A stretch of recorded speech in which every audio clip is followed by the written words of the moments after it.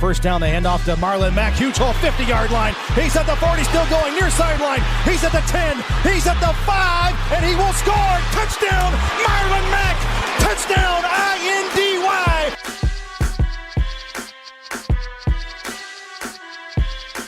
And again, it's picked off. It's Darius Leonard. Leonard with his second INT, and he's streaking down the near sideline. He's at the 40. He's at the 30. He's at the 20. He's going to go. A pick six for the Maniac. Horseshoe is back, baby.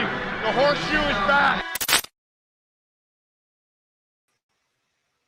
What is going on, Colts Nation? Welcome back to another episode of the Bring the Juice Colts podcast. Well, posted it earlier today. We are here, myself and Mr. Michael Burgess here, to answer your Colts questions. We already had some people submit some questions early on, so we'll go and get those first. But before we do so, Michael, how you feeling, man, after that big Colts victory on Sunday? Man, I'm feeling so good. What's crazy is that if you guys watched our pregame show, Derek and I both predicted a 34-31 win for the Colts over the Packers. And I'll be honest with you, as the game was going on, I did not want that to be the case because obviously, they were beating up on us in the first half. But after a couple of days of digesting it, I think it was such a great win. It showed really that we can win any sort of game. We could have Phillip do it. We could have our defense make the play, and we can have Rodrigo bang the kick in. I absolutely love it. Yeah. I think the thing I loved the most, man, was how many rookies led the way to so many stat lines, like Jonathan Taylor, Michael Pittman, Julian Blackmon with that big forced fumble. Obviously, you talked about Hot Rod as well, making the game-winning field goal. So it was certainly a great game, and I'm still hyped from it. It's been a few days, but I'm still feeling it, man. Feeling the juice. I really am. It was definitely, we talked about a little bit off air, Sunday morning wasn't my best day, but Sunday afternoon/evening was definitely an improvement. So thanks to the Colts. Shout out to Indianapolis for pulling off that victory, man. That was great. So, all righty, cool. Well, we have some questions here. I'll start first on Twitter is where I primarily ask. So BP Cox asks, what's the over-under for rushing touchdowns? Starting off, serious question. Rushing touchdowns for Uncle Phil, being Phillip Rivers. I mean, what's the line even at? Because if it's at 0, I would go under. Yeah, exactly. We'll set it at 1. Do you think he even gets 1? I mean, I don't, because they don't even use it for quarterback sneaks. Like Jacoby's getting quarterback sneaks. So, and the way he's been doing them, I'm all for that. I'm all for Phil not messing up his big toe, and I think we all know, and even Phil knows even more than we do, how much he can't run. So I'm okay with Jacoby doing those short yardage things, especially if that keeps him healthy. Bro, Jacoby showed he's really good at that. Like, you can say all you want, you can crap on Jacoby Brissett all you want, but he's like 240 pounds. Like, that's the quarterback you want in there, man. Using the quarterback sneaks. So, all right, next question. I'll just say at Powera96801311. That's a long at. They ask, how many touchdowns do you think Pittman will have this season based on the Packers? Obviously, he had his first touchdown against Green Bay. So now the question is, he's got so many games left. How many touchdowns do you think he can get in the next couple weeks before the season wraps up? Oh, man, with 6 games left, I think I would say the sky's the limit, but with 6 games, it's a little tough. I think he could definitely get a touchdown a game. The way he's running the football, he is absolutely incredible with his yards after the catch. He looks just like his dad running it. And I don't know if it was the Packers defense or if it was just Pittman and the scheme that Frank Reich played up. But he was wide open every time he got the ball. And he's running as hard as I've seen a receiver run in a very long time. And I remember against the Ravens, he ran out of his shoes. He fell down. So I am really excited to see what he can do. I think he can get probably 6 more TDs. Really? Wow. That's shooting it high, man. That would be crazy if you had 7 touchdowns and only limited snaps. That would be amazing. I think the sky's the roof for him. Yeah, I definitely agree. I don't know. I'm going to be a little more modest. I'm going to say 3 to 4. I would love if he had 6 more touchdowns. That would be incredible. That would be awesome. If Michael Pittman just continued. See, the thing is, the reason why I don't, say that is because they just haven't used him in the red zone like I thought they would. And like I think they still should. He's 6'4", 220. Like, use him in the red zone. And they really haven't up to this point. It's been kind of puzzling to me. But, nonetheless, Pittman's still been obviously fantastic. But if they can figure out a way to use him in the red zone, man, I could see that skyrocketing in this last 6 games for sure. Oh, yeah. And just a reminder to you guys who are on here commenting, be sure to send us some questions. Any questions that you have, be sure to send us in the comments, and we'll get to all those that we can. That's the whole point of this Q&A. We're starting off with the ones that were already previously submitted. But if you guys have any questions, that's what we're here for. We're here to talk as long as it takes. I don't have anything the rest of the night I don't know about you, Michael, but nope. I'm ready to talk Colts football as long as it takes.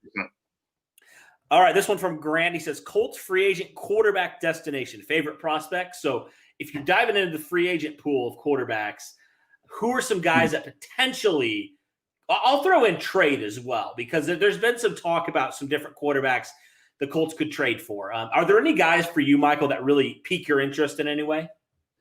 Right now, off the top of my head, the only guy that really piques my interest for like a trade scenario would honestly be like a Dak Prescott, or someone who really, really good, who's also not in that elite category.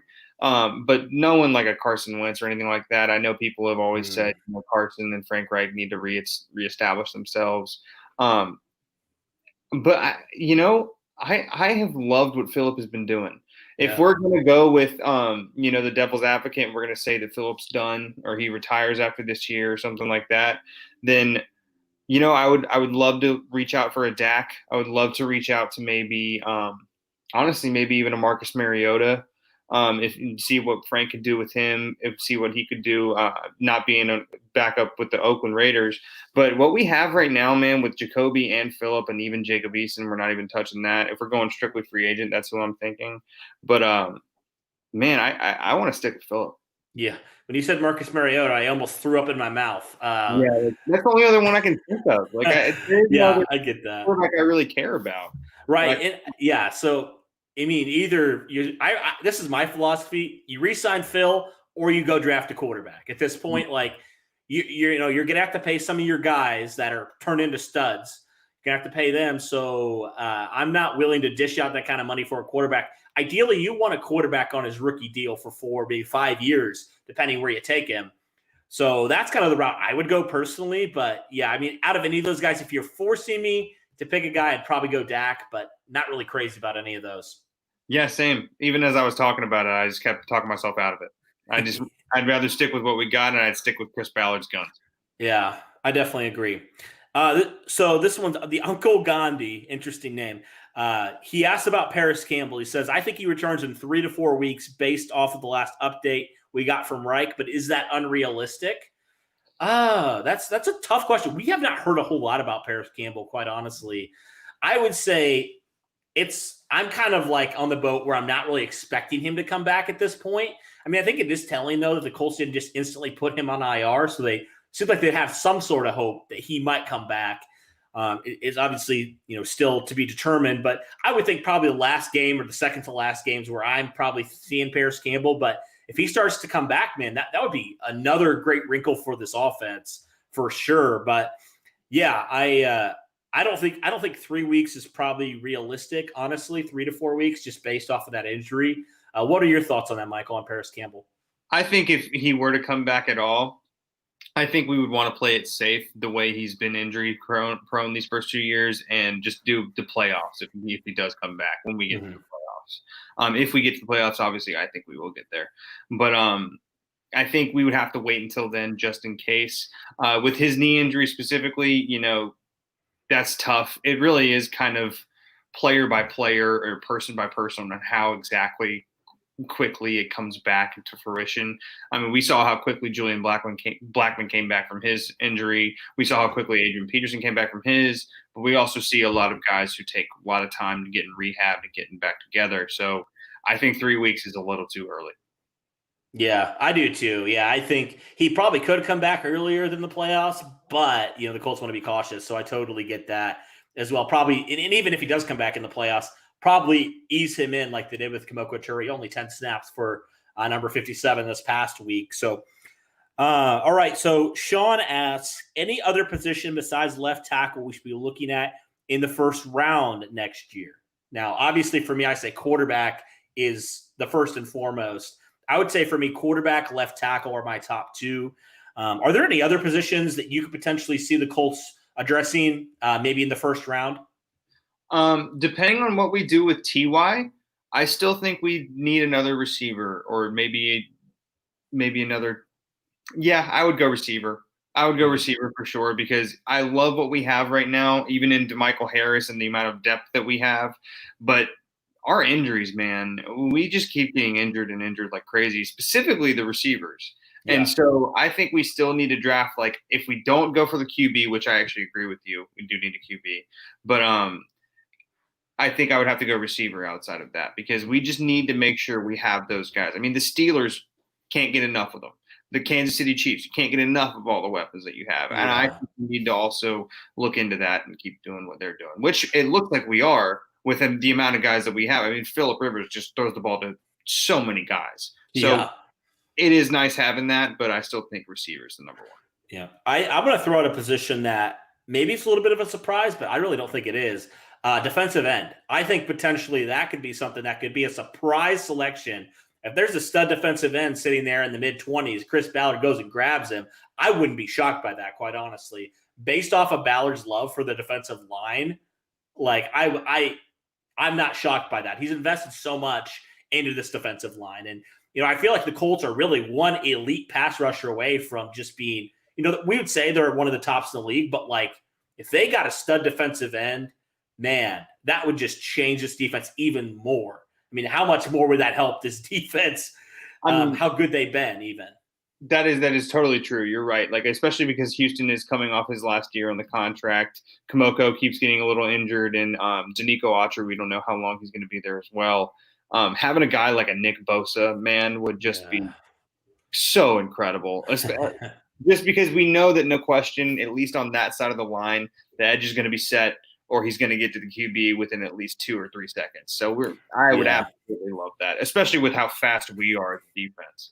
Yeah, and the thing is, like, I think the reason why I would probably be more inclined to believe Ballard would make that move over like wide receiver is just because defensive end is such a premium position in this league. Like, you rarely see stud pass rushers hit the open market. It just doesn't really happen. I mean, the Colts were fortunate with Justin Houston. I felt like that was kind of rare even with Justin Houston. I mean, he was a little bit over the hump in terms of his prime, but still, it rarely happens. You see guys, defensive ends, stud pass rushers, they're some of the highest paid players in the league for a reason. I mean, they can wreck games. So I could definitely see maybe the Colts doing that, trying to get a stud defensive end. I would not be shocked in the slightest if they did that, especially if, you don't bring back Houston or you don't bring back Autry. Maybe you bring back both of them and you don't address it. I don't know, but I could definitely see them going that route potentially. That's a good question. Thanks, Sean, for that one.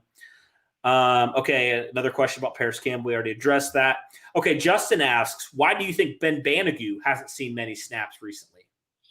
I have to believe that it's still along the lines of what we did with Tyquan Lewis in his first couple of years. And what I also think and what we're doing about Desmond Patman, Jacob Eason, and some other guys that we still have there who are young, healthy scratches, I think we're just giving them time. And also, I really do think the fact that we have those guys as healthy scratches, Ben Banigou, we know he's pretty good. He had that forced fumble against Flacco last year. Eason, he could possibly be an incredible QB if we develop him right. And Patman is just a huge receiver out there. I think it goes to a tribute to our depth. Chris Ballard has absolutely drafted and brought together a wonderful, wonderful team. And I genuinely think Ben Banigou is sitting there as a healthy scratch because he still needs time to develop, which if you ask any coach in the league, defensive line is one of the ones that you have to take time. Kamoko Toure, it took time for him to get going. Tyquan Lewis, it took him time to get going. And so we've seen that happen, and I think Ben Banigou, as long as he keeps listening and, buying into what we got, I think it'll just take some time and he'll be okay. Yeah. I definitely think so too. I mean, I agree with you there. All these defensive ends have taken time on this team. I mean, Toure first year, obviously Lewis the last couple of years, and now both those guys have developed into pretty good players for you. So, and also I think the bigger thing is like people are freaking out saying like, Tyquan Lewis situation and comparing to that, like I see that a little bit, but also you got to think about the situation last year, right? The Colts were terrible at the defensive tackle 3-tech position. That's Tyquan Lewis's position last year, and he's a healthy scratch. So I think that tells you all that you need to know at that point about that, quite honestly. So I think for Banagoo, it's just there's so much depth at this defensive end position that I'm really not shocked that he's a healthy scratch. I mean, Cassius Marsh is the guy who's been activated over him. He's a great special teams player for you, and you have to play special teams, right? Special teams matters. You have to play that if you want to be on this team. So I'm not overly concerned with Banagoo. It's not like he's been awful by any stretch of the imagination. I just think there's limited reps right now with just the log jam at defensive end especially. Yeah, no question. I 100% agree. I don't think it's anything against the guy. Right. All right, next question. Sticking with the defensive ends, Brendan asks, is Tyquan Lewis a starting caliber defensive end now? Yes. Yeah. Yeah. Yep. He is. Yeah. I mean, I think he started. He started a couple games this year. So, I think he has definitely been the biggest pleasant surprise for me this year. I've loved what he's done ever since he's come to training camp. He just looks like a whole different player. Like he looks like the player we saw glimpses of at Ohio State. Tyquan Lewis, I'm really excited for him. He was one of those guys where it was like, you see all these second-round picks that Ballard made in 2018. You see Darius Leonard, Braden Smith, Kamoko Toure, and then Tyquan Lewis over here. And you're just kind of like, what? Like this guy's done nothing. I mean, he had flashes, but like the last couple of years, he'd done nothing. But it is great to see him. I mean, that 2018 draft, that even adds to how great that draft is. I mean, Tyquan Lewis could have been a bust, and that draft would have still been historic. And just to have a player even be a rotational piece at this point, I mean, it's great. It's a home run draft for Chris Ballard, man. No question. I mean, even if you were to take out the 2018 and 2020 drafts, 2019 was still pretty dang good too. Yeah. And Chris Ballard's just been, I think, the best GM of the Colts I've seen. I know Bill Polian is wonderful and he's a Hall of Famer, but Chris Ballard's on another level. Especially the depth and the way he gets the characters and the character of the guys in the locker room. Man, I love it. Yeah, and I mean, straight up, like, let's be real. Bill Polian had Peyton Manning, and like, what is Chris Ballard had? 1 year of Andrew Luck and Phillip Rivers and Jacoby Brissett at this point. So like, it's no comparison. I mean, Chris Ballard right now, I would say he's hit on so many guys, through his career so far, that I would say right now he's a better drafter than Bill Polian was. And I know it's crazy to say, maybe it is a little extreme because obviously Bill Polian drafted some Hall of Famers, but just the quality of guys, that you've gotten throughout, not just the first round, but like throughout the draft is just incredible. Now I'm probably going to hear it in the comments for saying that Bill Polian was not as good. But I mean, Bill Polian is also the guy that said Lamar Jackson should be a receiver. So I know Lamar's not playing very well right now this year, really, but he did beat us. No thanks to the ref. But it seems like which, by the way, what I'm sure you guys went over this with Derek, but those holding calls, and they didn't call anything against Bakhtiari or any Houston falling over in the end zone. I talked to my dad about this, and it is. I'm not crazy in saying that they don't want us to win, right? Or is it that they just want the Packers to win? It just seems a little crazy. Yeah, I know. The last couple of weeks, I felt kind of screwed by the refs, or last 3 weeks rather. It's rough. It is what it is, and ultimately, we're 7-3 atop the division, so I'm happy with it. But this team, man, is just fantastic, and just the way that they're able to battle through adversity, even screwing themselves over that many times and still coming out with a win. That's huge for this team. That's so big for this team. Mentally, especially, because last year at this point, the Colts were in that backslide, right? And we were just like, what is happening? You're losing to the Dolphins, who are one of the worst teams in the league. What are you doing? And now it seems like, okay, we are a little bit more confident in this team. They're more confident in themselves now. Definitely great to see. All right, next question. I knew we'd get one of these questions about Jacob Eason. So a couple guys, Chad and Lenny, are asking about Jacob Eason's progression and wondering maybe if he's going to turn into something. there's a lot of people who are just so much like Jacob Eason's our franchise quarterback. They're so gung-ho about it. And there's other people that, are more like, no, he's a 4th-round pick. And there's some people I think like you and I who are kind of just like, let's just see. We haven't seen a snap from Jacob Eason at the NFL level yet. Let's just pump the brakes. He's a 4th-round pick. He's got talent. But, I don't know if I would say your quarterback situation, you shouldn't address it this offseason if Phil doesn't come back. So, right. What are your thoughts on Jacob Eason? Seems like he's progressed well according to Nick Sirianni from what I just heard a little bit of his comments. But what are your thoughts on Jacob Eason and the whole, 4th-round pick? But a lot of people are like, is he our franchise moving forward? What are your thoughts on that? I think best case scenario, he's going to be, a guy we can use for maybe 5-6 years down the road as a good, solid veteran. But right now, I think we're playing the smart route with what we do with our D-line. And I think we're playing the Mahomes route with what they did with Kansas City and how they had him sit down for a little bit and kind of just learn under Alex Smith, learn under a veteran. And, with Jacob Eason getting to learn under Phillip Rivers, who is, obviously I think a Hall of Famer. I don't know if first ballot, but really a Hall of Famer. And also learning from someone like Jacoby Brissett, who has learned from Tom Brady, the greatest of all time. And who has learned from Andrew Luck, who is also being coached by Frank Reich. So I think this is something that just needs to sizzle. It needs to cook. And I think we just need to wait, just like you said. Now, I also do think if we're in the draft and we decide or someone falls to us that Chris Ballard's in love with and Chris Ballard knows that this is his guy, because, if Jacob Eason was his guy, Jacob Eason would have been drafted in our first pick.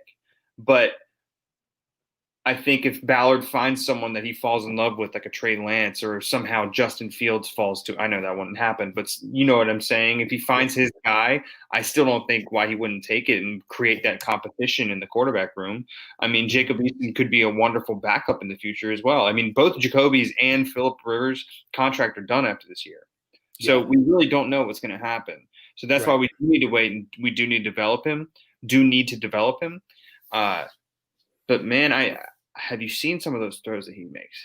Yeah, they're his Washington tape, and it's just. I mean, Phillip Rivers even said he could throw the ball like 80 yards, and so he could be a great player. And I love the fact that he's with us, and I love the fact that he knows our system for almost a year now, or he will almost for a year before he even touches the field.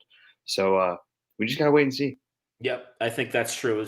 This is really kind of a redshirt year for him. Like, people are clamoring, why is he inactive? I was like, why are you surprised at this point? This is exactly what the Colts were planning to do when they kept Brissett. So I definitely agree with you there. He's just a learning year for him, and that's okay. I mean, he's in a great situation where he can do that. So ball's in his court if he does develop into some kind of player.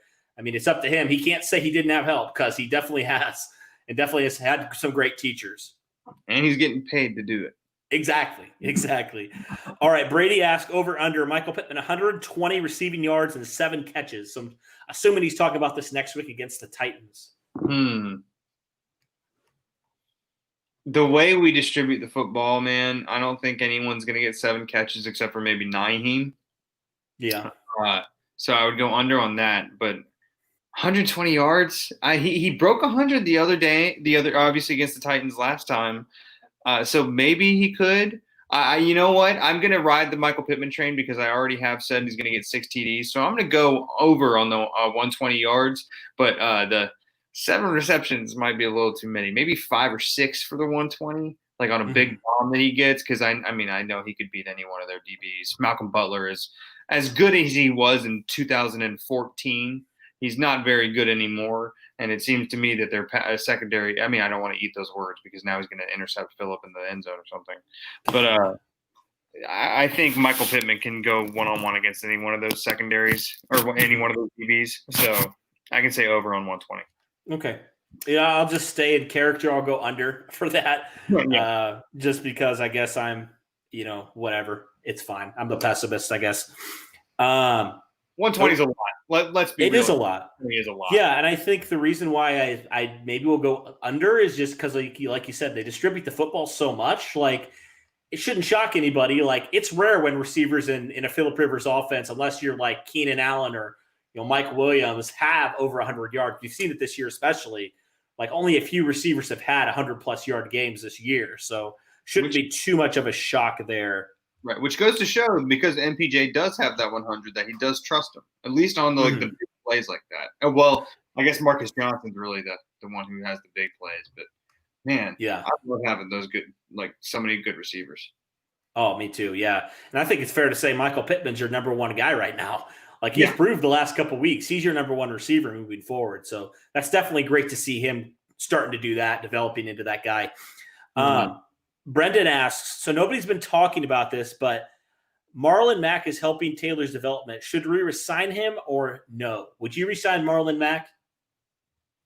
I would. I don't think it's a smart decision, GM-wise or salary cap-wise, really. But what he brings to the table, what he brings to the locker room, and his vision, we have noticed a slight, not a slight decrease in the run game, but a clear decrease in the run game from this year, past year. And part of that probably has a lot to do with Marlon, and probably has a lot to do with his vision, his experience, which goes into what Nyheim has been doing this year. It's taken Nyheim a little while to kind of get that vision behind this line as well. And so I think we definitely do need to re-sign him because as much as we were able to go with the 4 running backs this year and we were all good. I just know that it's going to be a little bit more expensive to re-sign him. I'm kind of thinking maybe it won't be because of this injury. He won't command that kind of money. He'll take more of a team-friendly type of deal. So I think it would be just wise because, he's a good running back when he does he was just a 1,000-yard rusher last year. So he's a great guy. I think him and Taylor can be great complements to each other in the near future because Marlon Mack's 23, 24 years old. So he's still pretty young as well. So I think you could ride these guys and you could do that running back by committee and it could take pressure and also, moving forward, take off some of the mileage from some of these guys because we know Mack, even without this giant injury, you probably were going to count on it for 16 games. I mean, he normally has missed games throughout his career. So I think it'd just be great for both him and Jonathan Taylor because, Jonathan Taylor can continue to learn from him about the vision and about breaking tackles, all that stuff that Marlon Mack really excels at. And I think you can get him at a pretty cheap deal. And maybe it's just a 1-year deal because of the injury. I don't know. But I think you can definitely get a good team-friendly deal with this injury for sure. Yeah, I think that's the best move for sure. Like a 1-year prove-it deal. Yeah. Grid asks, thoughts on Anthony Walker Jr.? Do you think he'll get an extension or be gone after this season?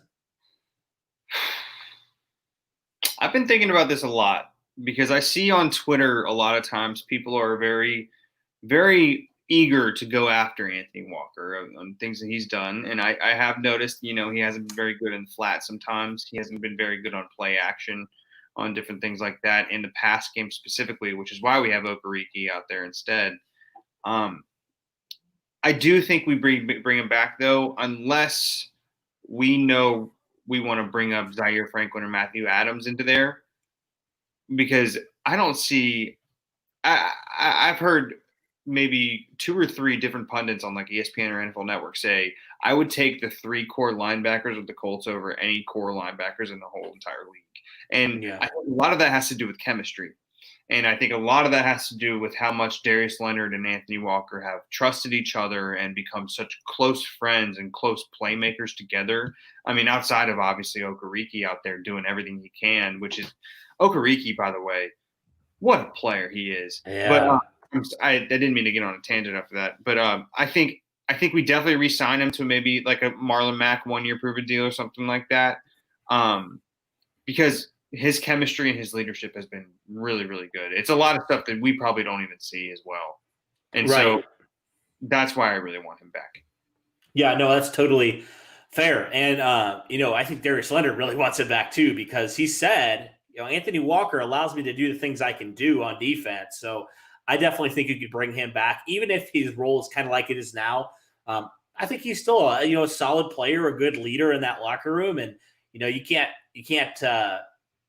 I guess you can't replace that sometimes with the type of leadership that a guy provides. And he's still young. He's a 5th-round pick, and he's definitely exceeded those expectations for sure. So it's definitely – I definitely would bring him back, honestly. But, yeah, your top 2 guys obviously have to be Leonard and Okereke moving forward.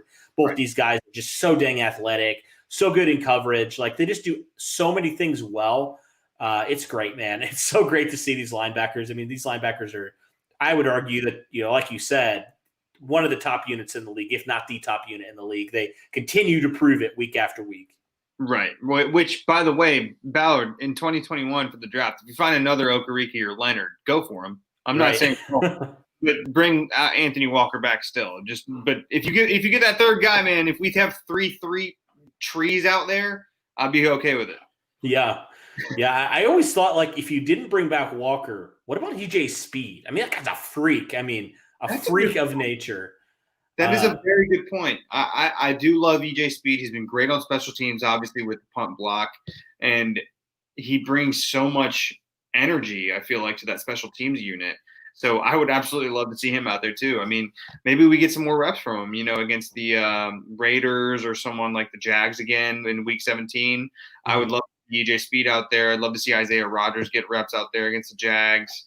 Yeah. Just some guys who we know that we could develop and become even better than they are. Absolutely. All right, last question I had here on Twitter from Tyler. He says, do you think we will see Desmond Patman at all this season? So Desmond Patman, he's been active, but he really hasn't seen the field a whole lot this season. Do you think potentially we could see a guy like Desmond Patman, come back or come on the field, rather? I would love to.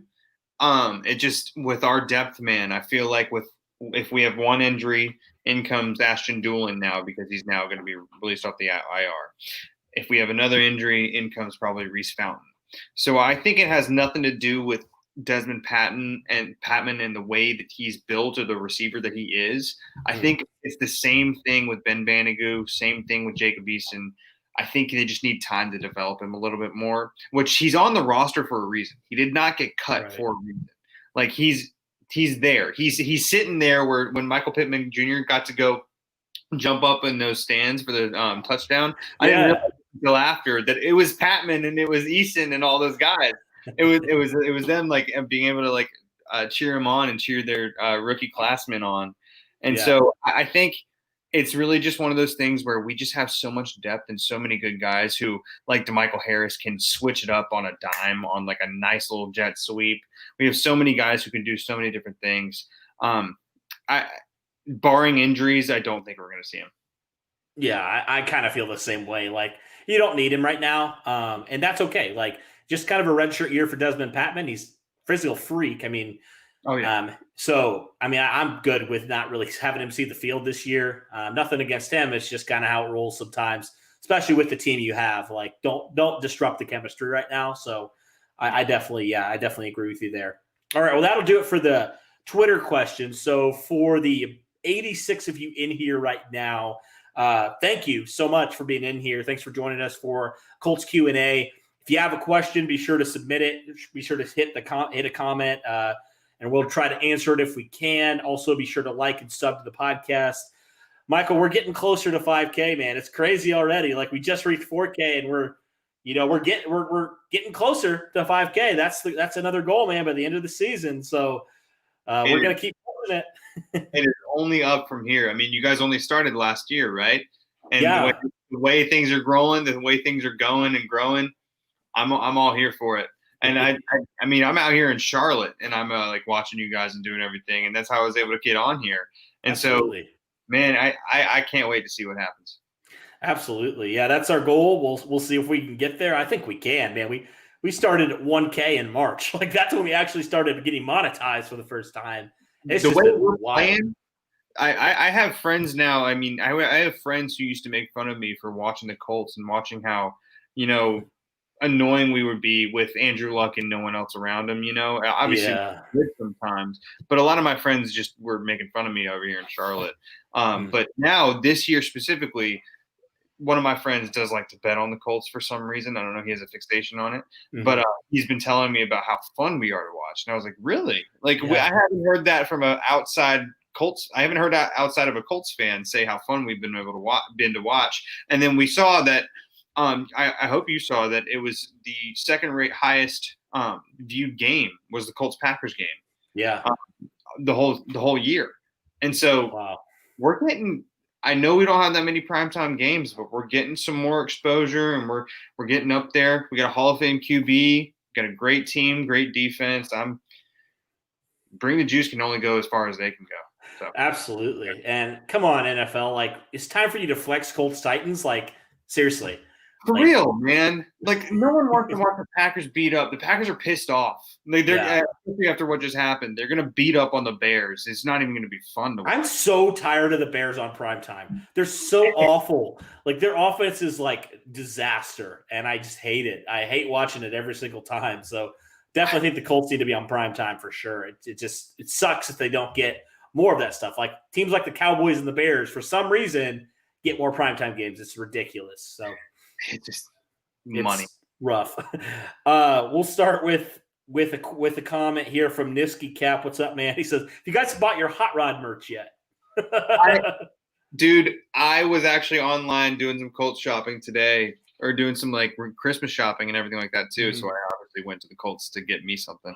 But I was looking at like the Respect the Specs shirts online that people have been making. And what I love is that, I don't know if you probably have the Twitter memes of where I love the NFL because this guy and this guy play in the same league. It's a picture of DK Metcalf with his shirt off and then Rodrigo in his Colts uniform.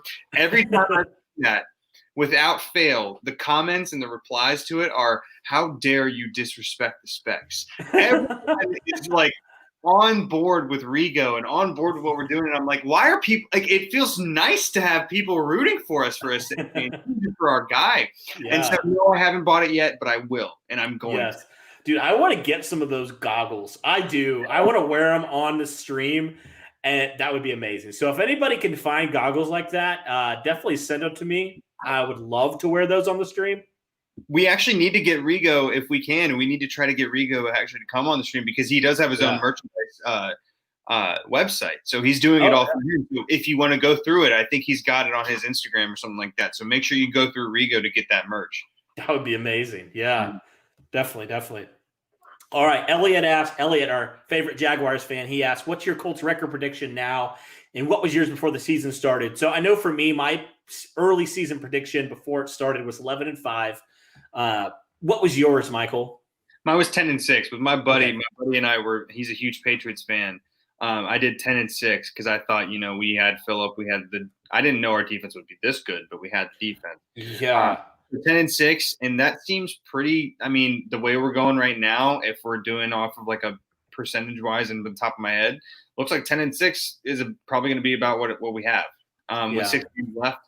I can definitely seeing us, as painful as it sounds, I can see us maybe losing against Tennessee and maybe losing against the Steelers. And then it's an up in the air game with all the trap games left with all the Jaguars, Texans, and then the Raiders.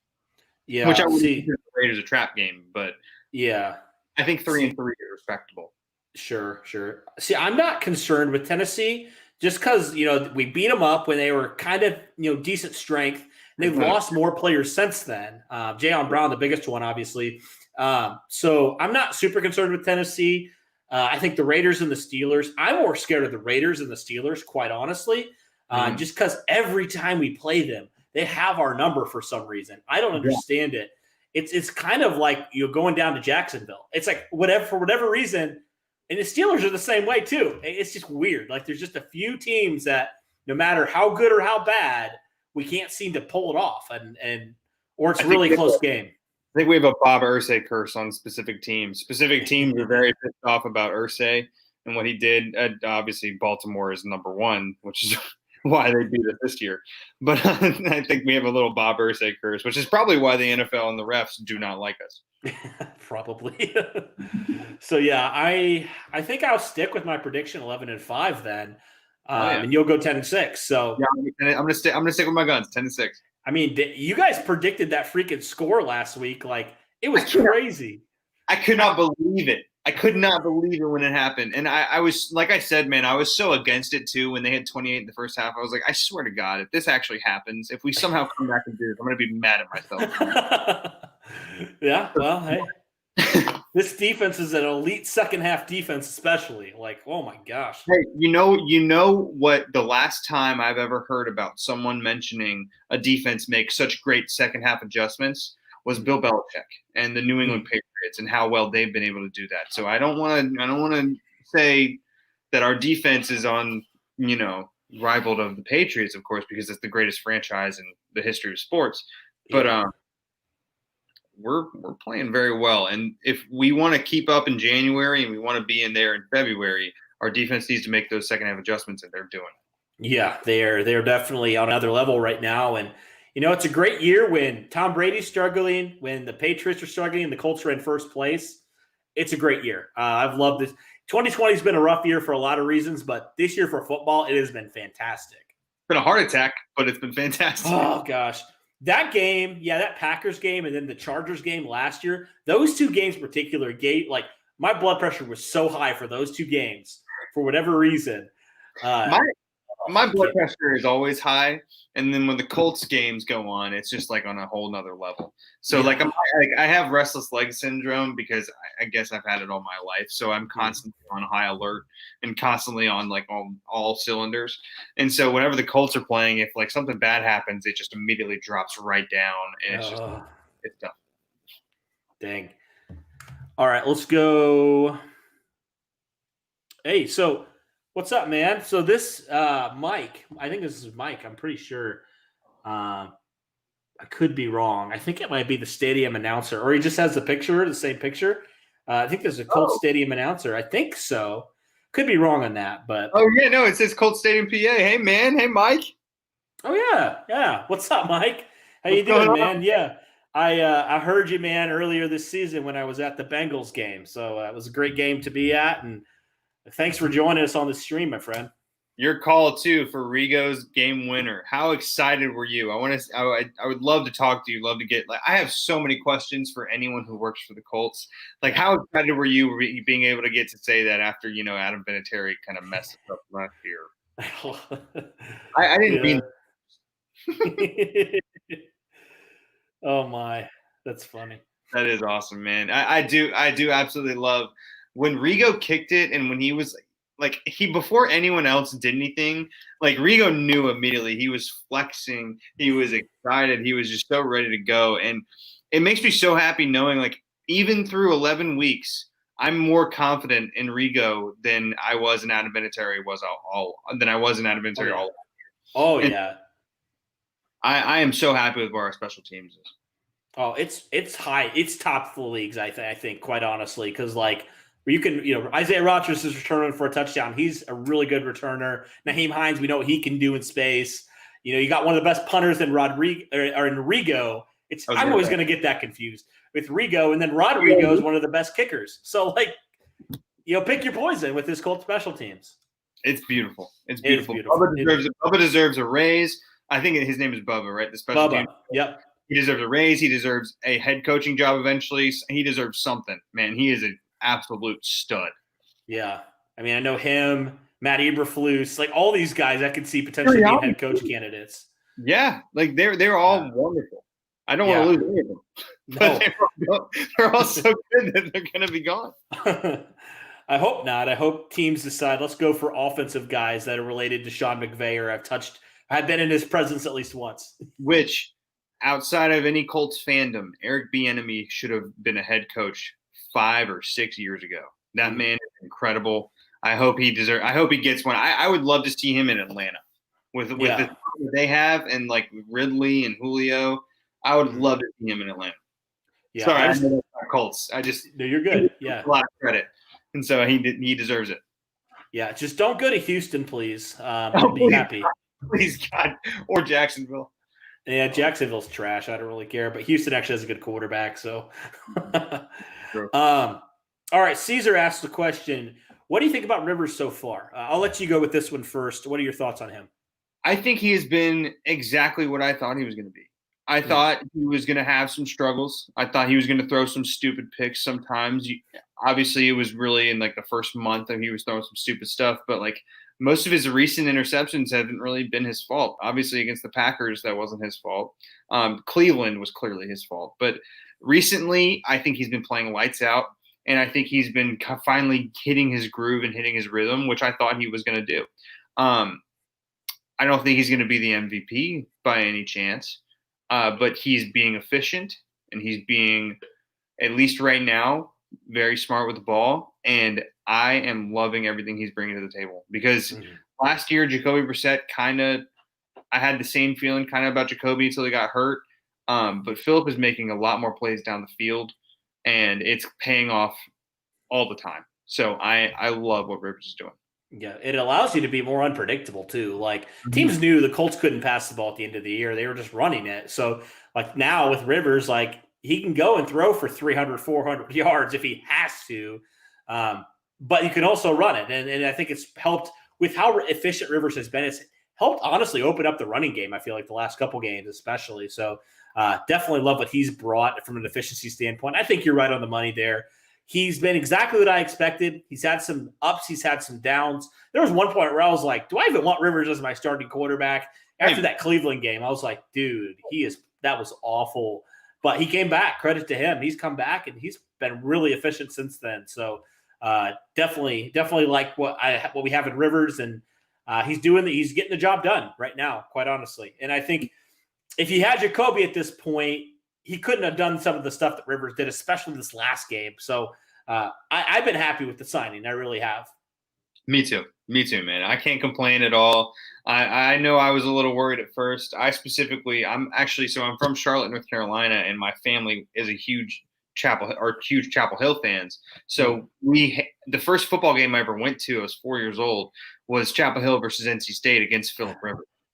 And so I never really ever liked Phillip until I finally understood how fun he makes the game for himself and for his teammates, and just how fun he is to listen to.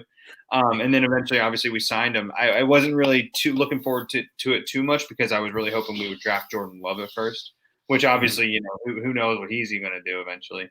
But what he's done, man, he's been consistent. He's been Phil, and I didn't realize the leadership that he would bring would make me like him as much as I do. So I am all for it. Yeah, I know some Colts fans had some bad blood with him from playoff memories, so I definitely get that. All right, the 315 Sports Podcast. So the podcast in here asks the question: what's our biggest weakness, in our opinion, in terms of teams that we would face would be a great secondary in a scenario where we make the Super Bowl? The teams I fear most are the Rams and Saints. Your opinion? So talking about teams with good secondaries, essentially. Teams I fear the most with good secondaries. I mean, I think you need to if we're talking about Super Bowl and we're talking about NFC teams, you need to put the Bucs in there as well, I think. I know the Saints have a good secondary, but I think a lot of times their safeties have been exploited when you need to exploit them. So I think, I would worry more about the Rams and Jalen Ramsey in that situation. But also the Bucs, man. The Bucs look really good. I know they didn't necessarily win against the Rams, but I think they have a solid secondary, and Antoine Winfield Jr. is a very good player. He is the only person I'm actually worried about rivaling Julian Blackmon for Defensive Rookie of the Year outside of Chase Young, of course, because he's just so touted by the media. So I think the Bucs need to be in there as well. Outside of that, the only other secondary that's really that good in the NFC was actually the Bears. And we played very well against the Bears secondary, I thought. And there's no real secondary that really kind of scares me like the Legion of Boom used to, or like how New England was last year, because New England's clearly they have nothing left in the tank. So I guess I would fear the Rams mostly. I mean, we know playing against Jalen Ramsey's never fun, so I definitely get that. Yeah, he's a really talented player for sure. Brendan asked, do you think this is Phil's last year? Or do you think he'll get a tag? I'm assuming just getting re-signed and keep going with Indy. At first I said absolutely not.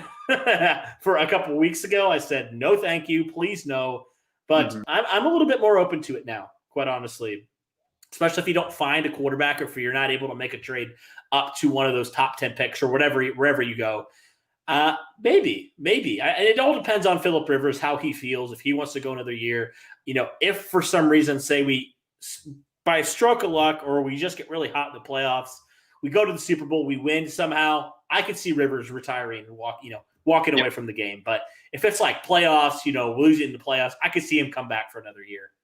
Yep, I 100% agree. I was going to say if we do win the Super Bowl, I can see him retiring. I can see us bringing him back a year if we make the playoffs or something like that. But this is also a question for later on. We really don't until the end of the season, until how Phillip is playing and how Phillip is feeling. Obviously, we know he's going to be coaching his boys whenever they get to their high school, that age and whatnot, which is like 3 or 4 years down the road. So we just got to wait and see. Yeah, absolutely. Elliot asked Super Bowl prediction. This is a little early for this, but I want to hear yours. Go ahead. I have this written down. So my buddy and I, like I mentioned, my roommate and I, we actually make every quarter of the season. We started off before the everything started, who we thought was going to be Super Bowl and who we thought was going to be in the NFC and everything like that. I have right now, I have the Seahawks and Steelers. Really? Outside of the Colts, outside of the hopefully Colts getting in there, I still think Russell Wilson's going to get in there. I know their defense has been very susceptible, but I put that down in August. I put Seahawks, Steelers, and I'm going to stick to my guns. Now, I think the Saints have a lot better of a chance now, specifically because of their defense, and the Rams have a little bit better of a chance. But I don't see why. Pete Carroll's one of the best coaches in the NFL. And Russell Wilson's one of the best quarterbacks in the NFL. And I don't see why they can't get it really turned around and get everything going. And I still think Seattle versus the Steelers, outside of the Colts getting in there, is probably my best bet. Yeah, that's a good question. I feel like at the NFC, it's just like every week is so different. Like I just once one team's beating another team, and then all of a sudden it's back to – I just don't know. And I'm just going to go with – I don't know. That's really tough because there's all these teams that have weaknesses that you can expose. It's depending on how they play after one game. I don't know. The Eagles. I guess. Oh no! Oh god, no. They'll do. What if they'll probably do something stupid like the Seahawks did a couple of years ago or like a decade ago, where they all of a sudden go beat a team that's they shouldn't beat. The NFC East is going to have a 5-win playoff team. It's going to be awesome. Man, fire the NFC East into the sun at this point. This is just ridiculous. It is so dumb. Seriously, come on, man. That. I don't know. At this point, it's kind of I like the way the NFL does it, but when you have a team like the NFC East, just give another team with a better record the nod. It's just they're just so bad. They're just awful. It's so awful. I don't even know how you can root for these teams right now. It's so bad. But going back to the question, though, I know I got to go Chiefs just because, Patrick Mahomes, he's just incredible. And I feel like the Chiefs have beaten, I guess, better teams at this point than the Steelers have. The Steelers have beaten some good teams, don't get me wrong. But the Steelers have also had some games where they haven't played the greatest competition. Now, it'll be telling when they play teams like Indianapolis and some other ones coming forward. But I'll probably go Kansas City right now. Okay. And I could honestly see Seattle too. I think you go with one of the best quarterbacks too. And for me, it's two of the top quarterbacks in my opinion that I'm going with for this one. You can't be wrong with that. Yeah. All right. Elliot asks, do you think we could win against the Steelers? Man, that's going to be tough. Steelers are tough, man. I don't think usually in this sort of situation when we're playing them so late in the season, it really would depend on seeding and if they've already clinched different things. But because of how competitive the AFC is, I think it's going to be a lot tougher than we think. They're going to be playing for seeding. We're going to be playing for the AFC South. So it's going to be tough. But the way we played against them last year, we just had stupid mistakes that we all kind of. We had Brian Hoyer out there after Jacoby got hurt, and we were just making stupid mistakes and killing ourselves. I don't see why we couldn't. I don't see why we couldn't beat anyone in the league. With the way our defense is playing, with the way Phillip is playing right now, I really don't. I mean, I think we can definitely win against them. We can win against anyone. Yeah, I definitely agree with you there. Yeah, I think Pittsburgh has some good receivers, but like their offense isn't like this. Oh my goodness, like Kansas City offense type of thing. Like their defense is obviously really good, but like their offense is kind of like Big Ben's good, but it's not elite of the elite. So I think that's where maybe you could attack them. And with just how good our defense is playing, I could see it. I really could. I could see that being an upset potentially. Mm-hmm. All right. Favorite quarterback in the 2021 draft?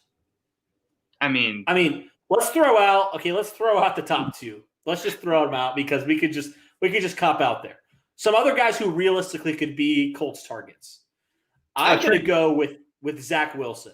That's the guy I'm going with out of BYU. Yeah, I think he definitely has the arm. He's a smart quarterback. He's really had a good year. So I'm definitely going to go there. He's one of my guys. Do you have anybody? Yeah, and I would say Zach Wilson for sure. Obviously the top two, and then Trey Lance for sure. Frank Reich was probably involved in that whole draft process of Carson Wentz when he came out of South Dakota State. I don't see why he wouldn't want to go back there. They clearly can churn out some good QBs, and we saw Ed Dodds actually at the one game that Trey Lance was there for. So I think he could definitely be a guy to watch out for. But man, if we could get Trevor Lawrence, oh God, we would be the luckiest franchise in all of football, having Peyton Manning, Andrew Luck, and then Trevor Lawrence. But yeah, realistically, someone like Trey Lance. Yeah, definitely. Just to answer this again, Elliot, we drafted him to develop him. I mean, 4th round pick. It could go either way. Like he could be a Marlon Mack or he could be a freaking Zach Banner. I almost forgot that name. Like a bust or maybe a good player or maybe somewhere in between. I don't know. Yeah, I mean, but I think the thing is here with drafting a quarterback, like I just mentioned, you draft him in the 4th round. Like you didn't draft him with 1st round pick or anything. Like there's a difference. And Ballard and Reich and all those guys said, let's just not go and crown him as a savior. Moving forward, he's got some things he's got to work on. So, I'm not saying he can't be. I would love if he could be. But I think it'd be wise for the Colts to do their due diligence and not just throw out a 4th round pick from a year ago if they do it next year, if Rivers isn't re-signed. So I think that's just kind of where I'm at in terms of the quarterbacks. And I think that's probably the route they're going to go, quite honestly. Yeah, I think Ballard plays it smart. Ballard will always play it smart. And Frank Reich loves who he has right now. He loves Phillip, which is why he wanted to sign him. He loves Jacoby, which is why we're getting him in there on the short yardage situations. And I think Jacob Eason just the sky's the limit for him with how much he wants to put in, and we'll see. Yeah, we'll definitely see. All right. Cheater Jack asks, how do you think the Colts will do against the Titans? Will they be able to shut down the run again, and will their special teams come to play again? So the thing is, I don't feel like the Colts really shut down Tennessee's run game. I mean, Derrick Henry had over 100 yards.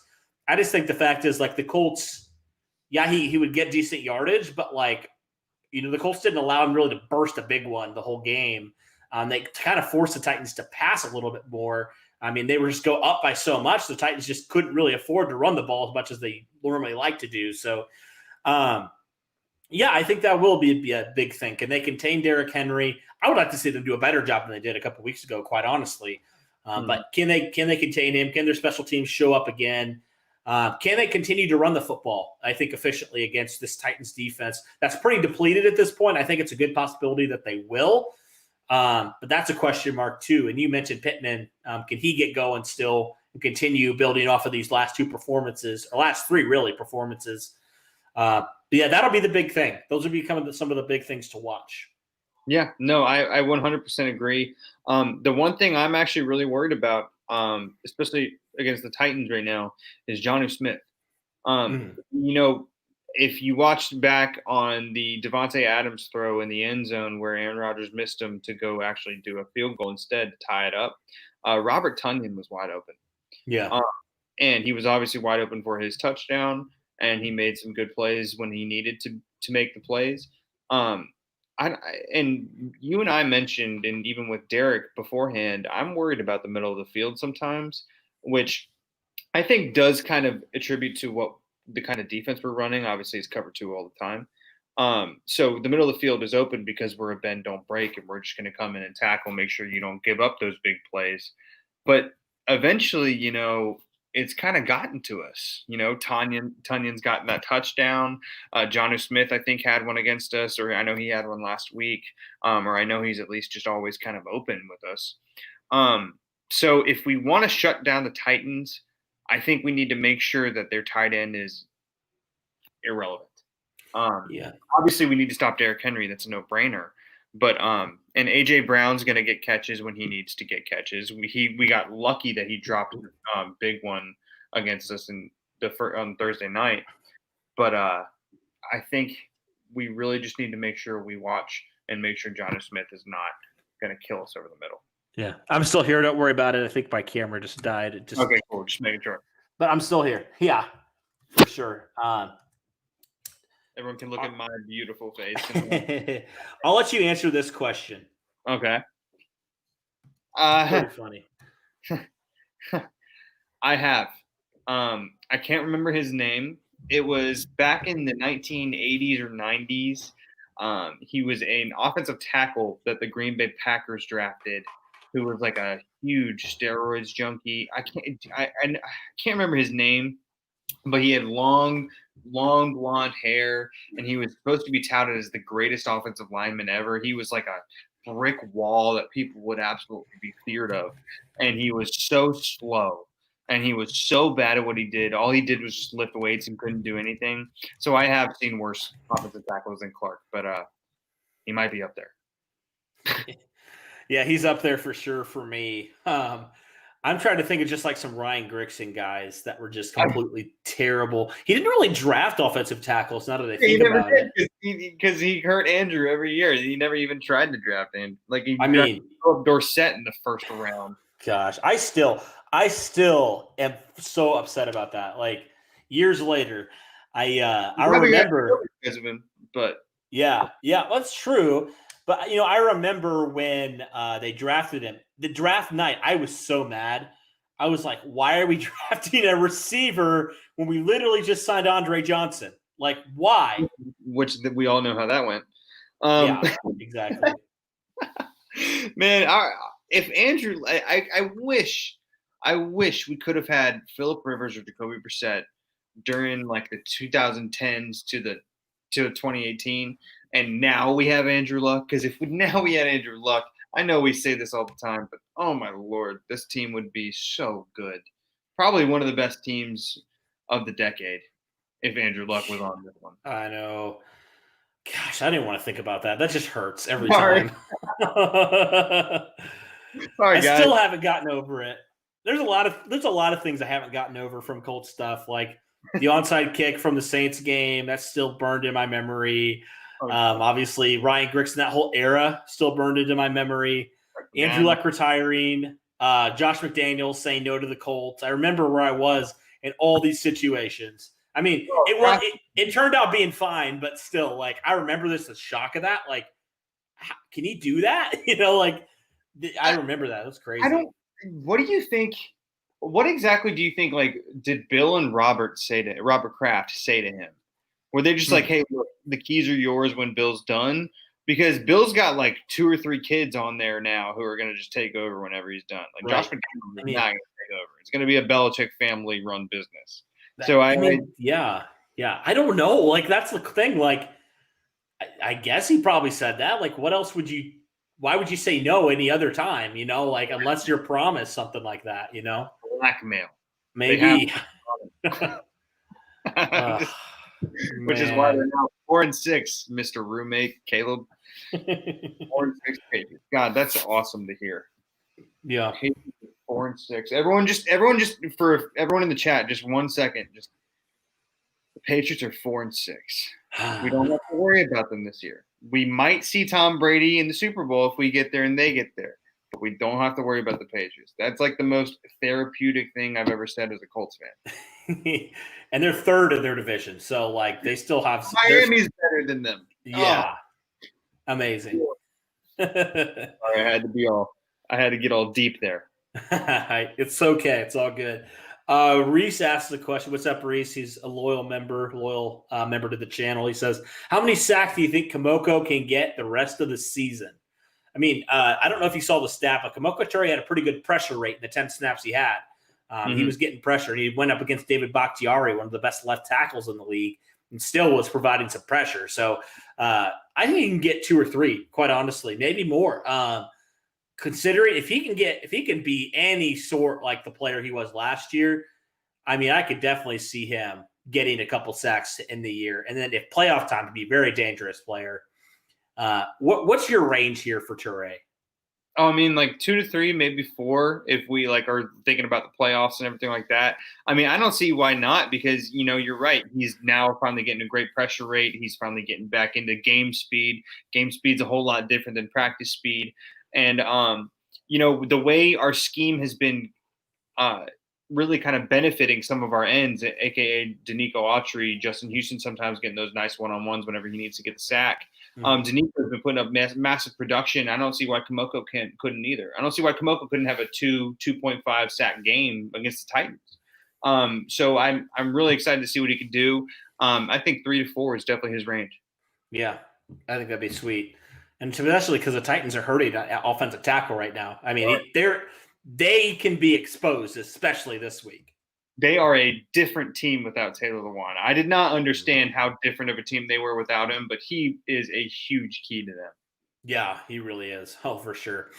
For the about 70 of you in here, thanks for tuning in. Be sure to hit that like button. Be sure to hit that sub button as well. On the road to 5K subscribers, we're here to answer your Colts questions. And the next question, how deep into the playoffs are we going?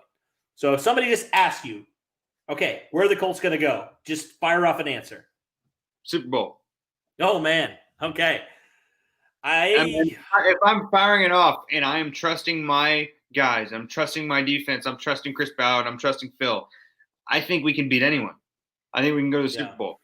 Now, if you were to tell me to digest and to kind of think about it for a second, second round.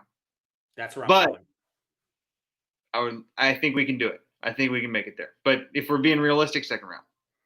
I'm just like, what kind of Phil are you going to get in the playoffs? Playoff Phil has not really been great. That's why I'm a little. That's my biggest hesitation, I guess. Yeah, same here. But I think second round, no question.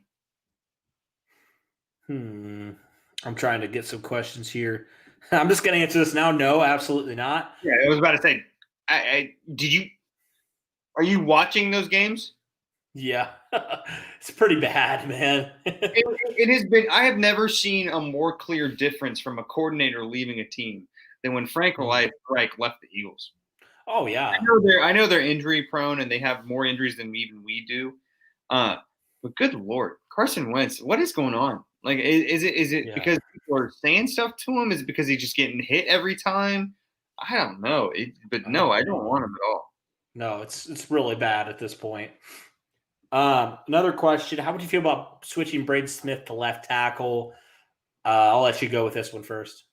I mean, I guess I'd be okay. I don't know why we would do that necessarily. I guess if Costanzo leaves or Costanzo gets hurt or something like that, or he's not really producing or anything like that, maybe. But who would we put in there? Like we just talked about LaRaven Clark and how not very good he is. I know Chaz Green came in there and played very well and played very solid. But why would you really want to mess with the continuity that we have? Yeah. If Costanzo retires and we need someone better on the left side and we put Braden over there and put like Danny Pinter in at tackle even though he's at center, I'd be okay with it. But I don't know. Yeah, it's just like then you're going to have a hole at right tackle. You already have a good right tackle. Don't mess him up. He's already entrenched at right tackle.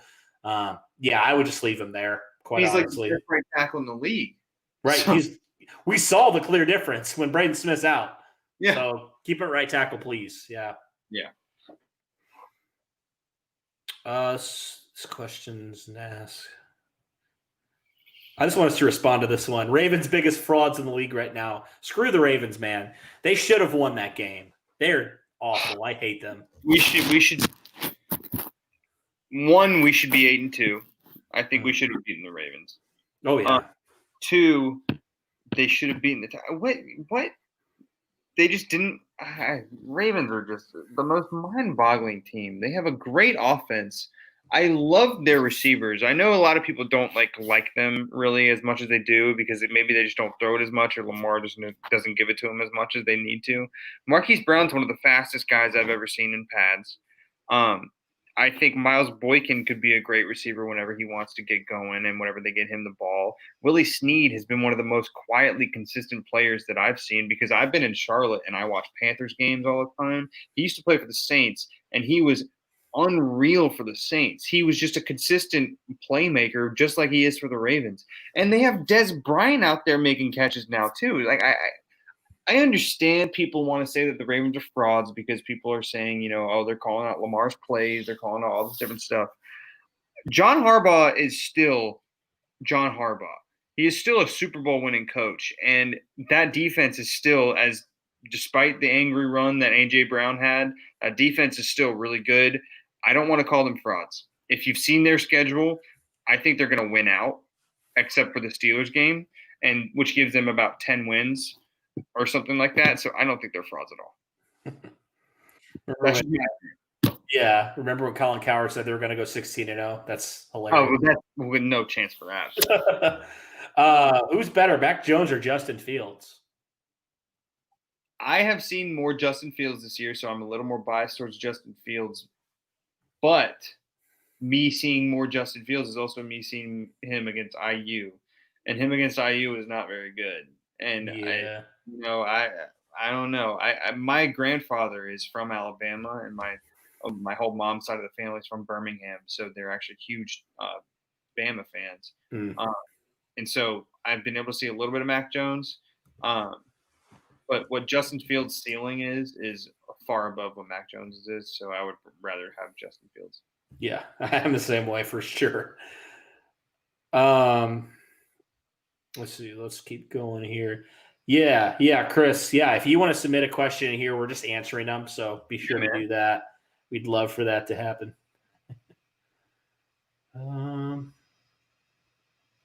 Okay.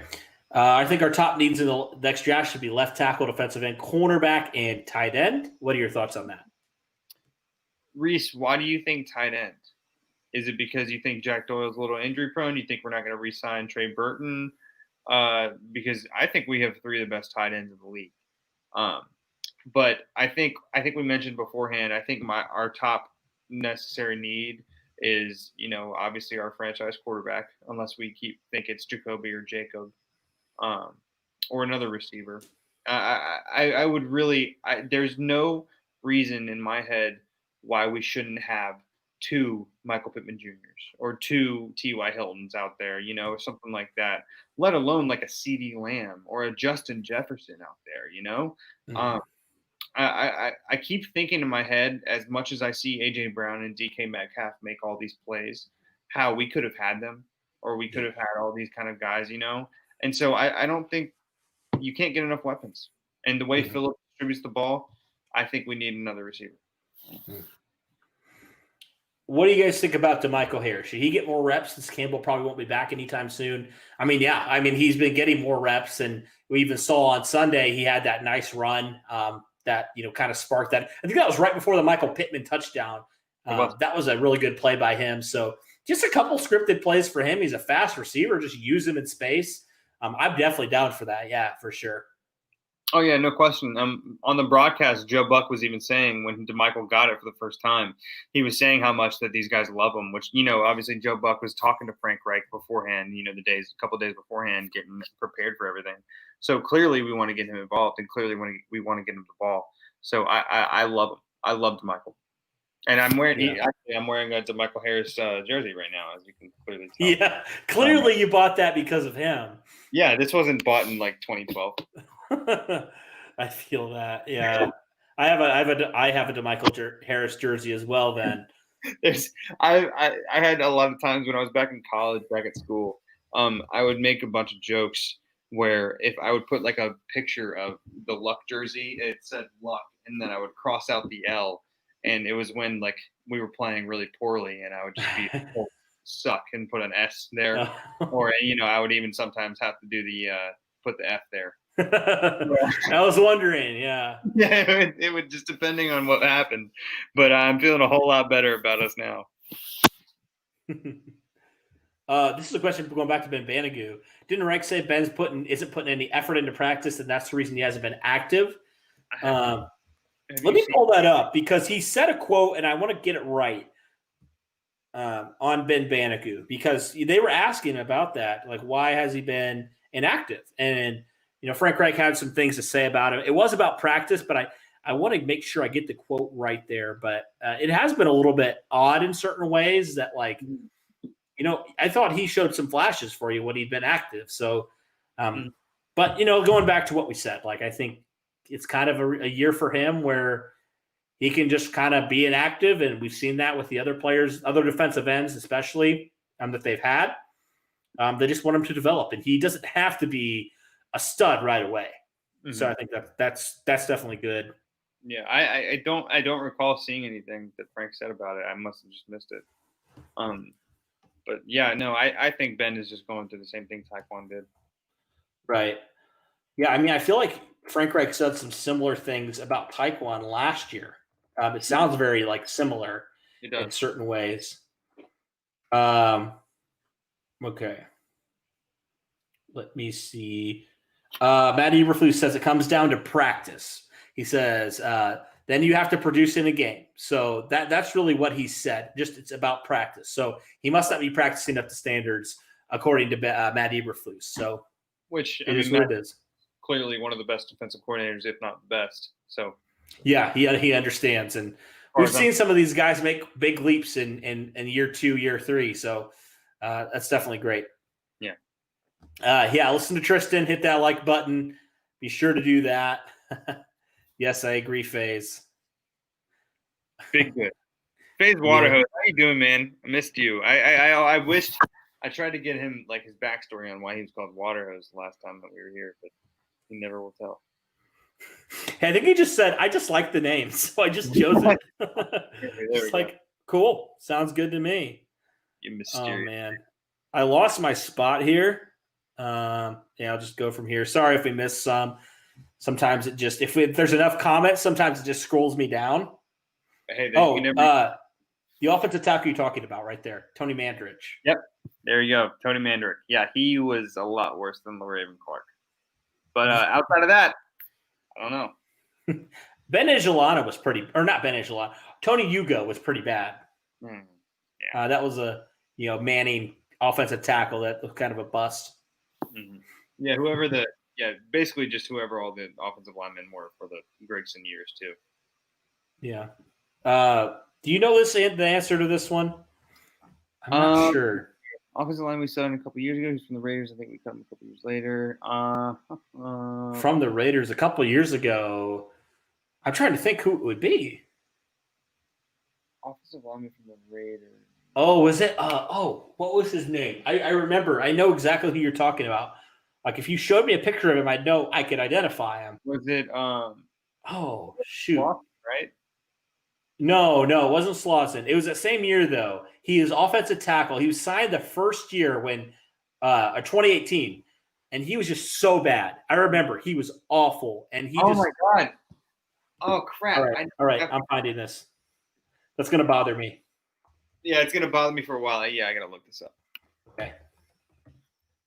Let me see here. Offensive tackle for the Colts, 2018. All right, I'm gonna find this. Go he was so awful. I remember that. He just got killed in practice from what I heard. Also, I forgot about Ryan Grant, the Colts side Ryan Grant, now that I look at it. Oh, yeah, I remember Ryan Grant. I have 4 different – oh, that's centers. Hold on. That was 4 different centers started for the 2017 Colts. Let's see here. Left tackle, Costanzo. Yeah, he was a right tackle, if I remember right. Was it – it wasn't Joe – oh, was it Denzel Good? No, he left to go to the Raiders. Maybe that is who they're talking about, but I'm thinking of somebody else. He didn't even make the active roster. I don't know if we signed him from the Raiders, but I think our right tackle then was Joe Haig or something. Yeah, well, this is gonna freaking bother me. It's gonna bother. If somebody knows in the comments, please tell me, because this is driving me nuts. For real. Gosh, looking back at some of these free agent names, I'm just like, I forgot that they signed him. No, offensive tackle. Nobody has it yet. Mm-mm. It's not. Well, maybe it's Denzel Good, but I'm thinking of somebody else. I'm gonna find out who it is. Oh, that bothers me. Mm-hmm. Sorry, I'm totally off topic here, but I'm really like, dang it, I want to figure this out. Yeah, I do too. Oh, well, we'll keep going to Q&A questions while I look it up. Okay. Some of these aren't really questions, so I'm trying to sort through them here. Oh no, you're good.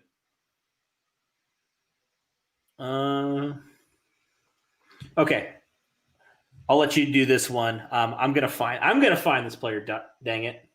Do I think the starter for the Colts next year is in Indianapolis right now? 100%, I do. Either, obviously we're going to see what happens with Phillip, depending on if we win the Super Bowl, go to the playoffs, seeing what happens with his kids. We might have him re-sign for another year. And if not, then I don't see why we wouldn't want Jacoby, why we wouldn't want Jacob.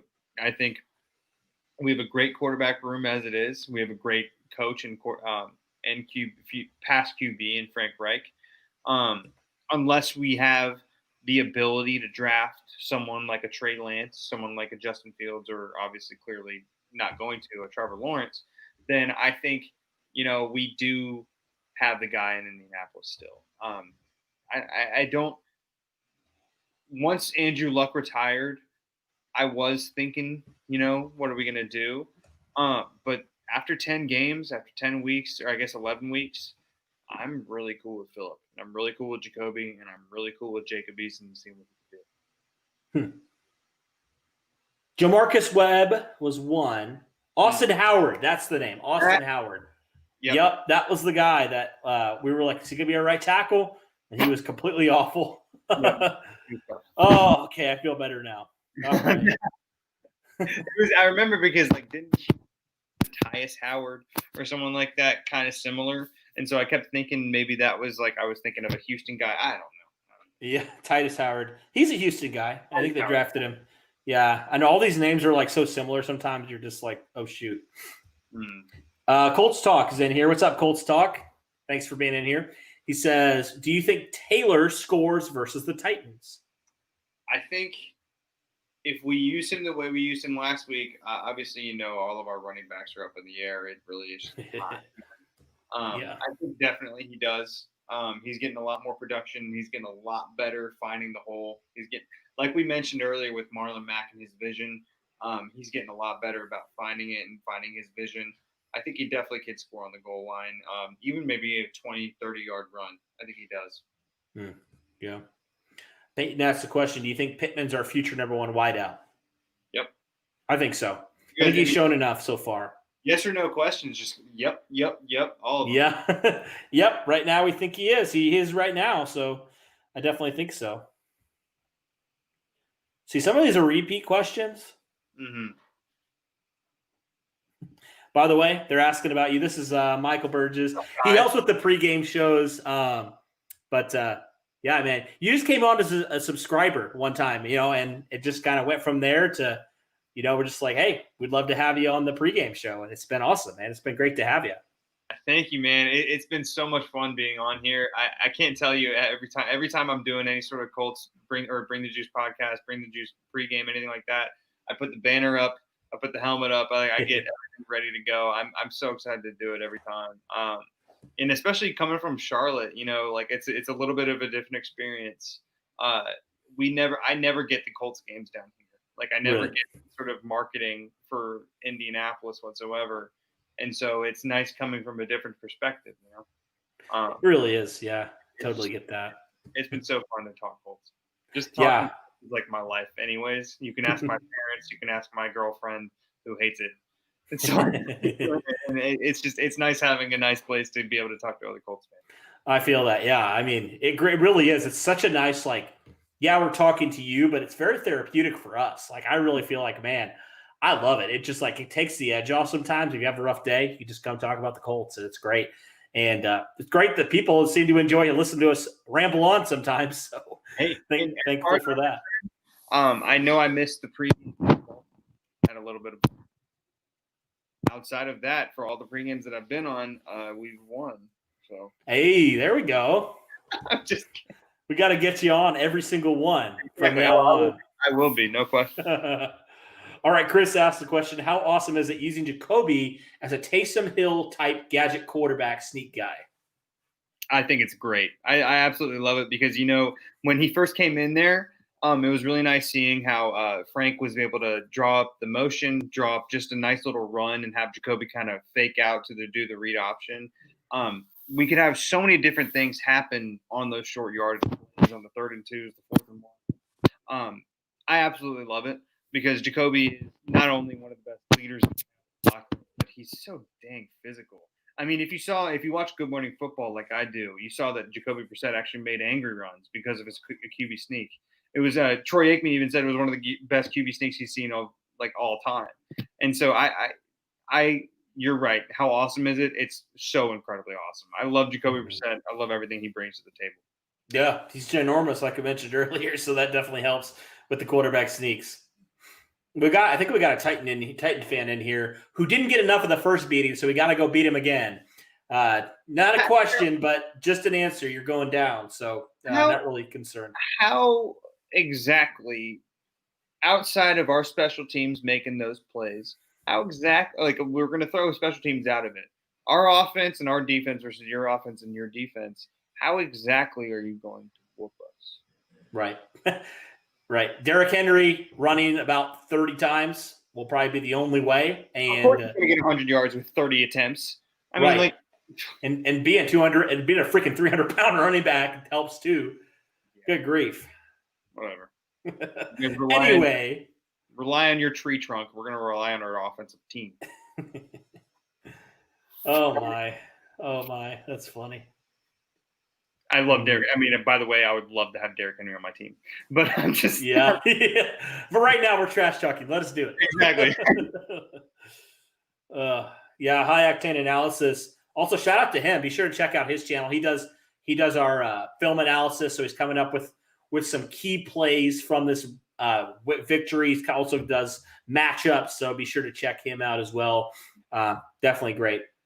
Oh, yeah, and from now on, whenever I'm on here, I'll make sure I'll put my Twitter handle out there so you guys can all follow me and catch up on my stupid opinions. I know I'm from Charlotte as well, so I'm a crazy Hornets fan, and the fact that LaMelo Ball is now in Charlotte is a huge thing. Yeah. Yeah, for sure. Connor asked the question, how far are we going to the playoffs this year? You said Super Bowl, but realistically, probably second round is where we're going right now. Yeah. So yeah, I would probably stick to that. Yeah, and then he also asked about who's next for the Colts. When we talking about, okay, it could be Rivers, but you could also draft the guy this year. It really depends on Phillip Rivers being re-signed, I feel like. Yeah. That's kind of where I'm at. Because honestly, if Phillip Rivers gets re-signed, I could see them going after a left tackle in the first round and kind of solidifying that, and then maybe going after a quarterback the next year. I could definitely see them going that route too. So yep. There's a lot of ways they can go. There really is. Which is a good sign. It's very nice knowing at week 11, there are a lot of teams who are like, okay, we need to, like the Bengals, for instance, okay, we need to protect Burrow. Or the Jaguars and the Jets, okay, we need our franchise QB, or we need all this different stuff.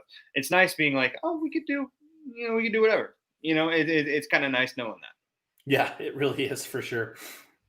Chris asks, any chance you can get some of its fans united at a Colts game? That would be awesome. I've been to a game this year, but it's just so weird with COVID. Like, I feel like there would have to be something, post-COVID, hopefully next year, that we would have to do that. But I would definitely love to do that. I know, when COVID wasn't a thing, like Kevin Bowen, who's a friend of the show, he had like beers with Bowen type of thing. I would love to do something similar to that.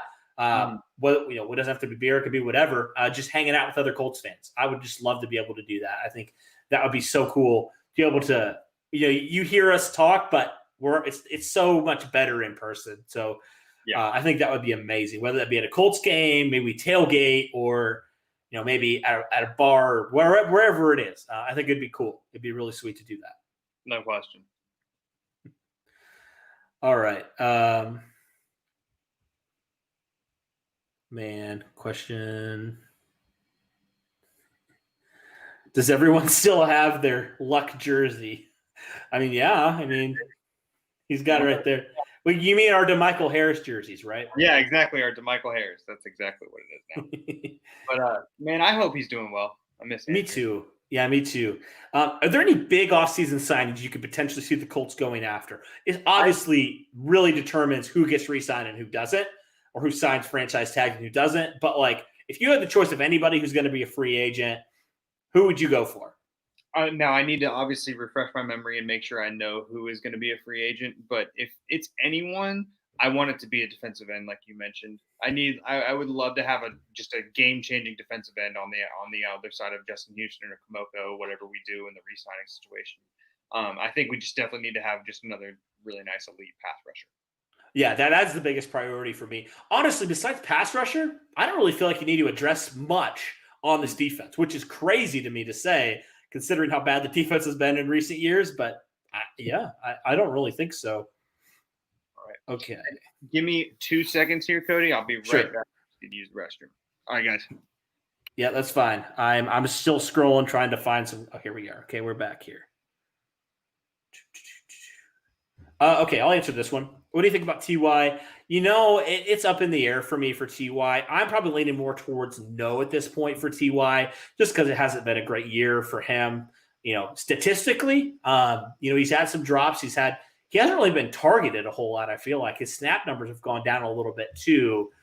I could maybe see them giving him another shot with like a 1-year prove it deal, but my gut's telling me they're not going to re-sign him and they're going to go forward and maybe draft another wide receiver at this point. I mean, Ballard, he wants to win more than anybody. So I think he won't let his sentimental feelings on T.Y. Hilton and what he's done for this franchise get in the way of him making a business decision. So as hard as it would be, because I love T.Y. Hilton, I have a signed jersey from T.Y. Hilton. Like, he's one of my favorite players. He's been one of my favorite players.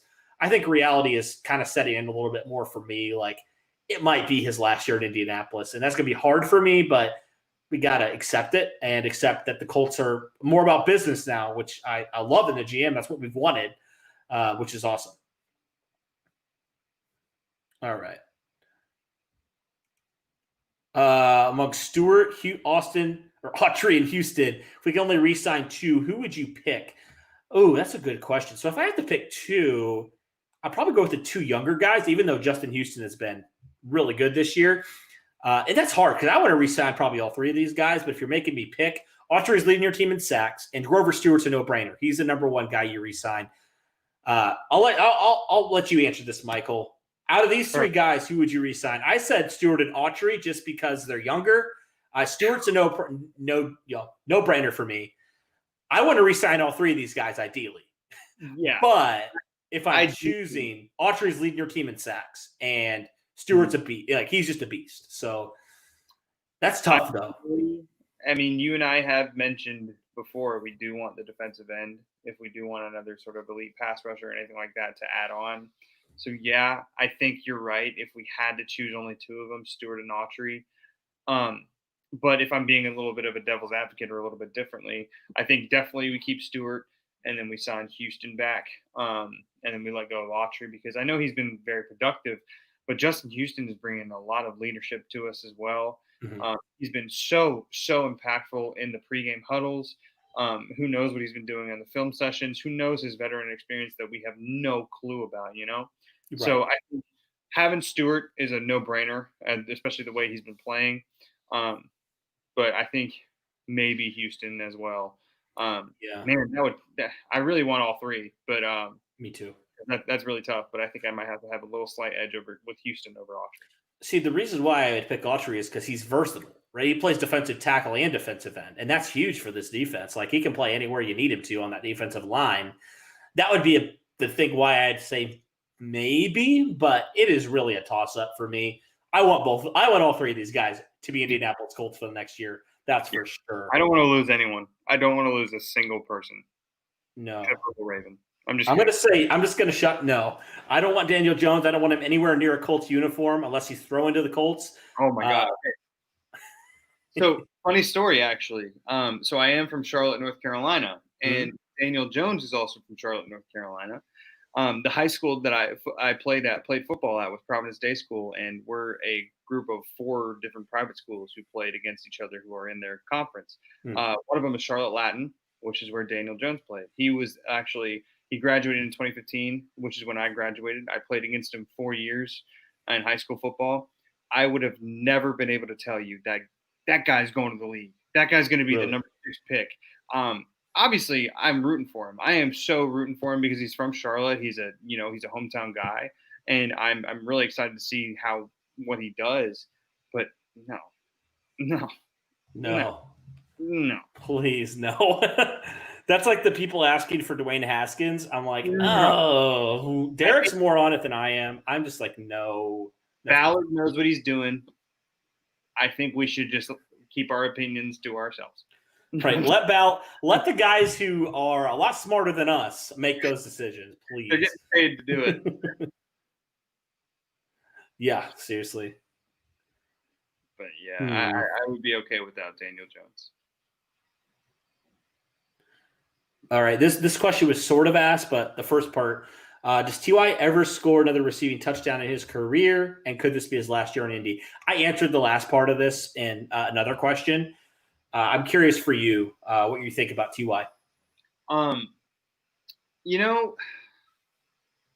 think the way Ballard does his things with the guys that he really likes and the guys that have proven to be really integral, but maybe not necessarily as productive, is that prove-it-year deal.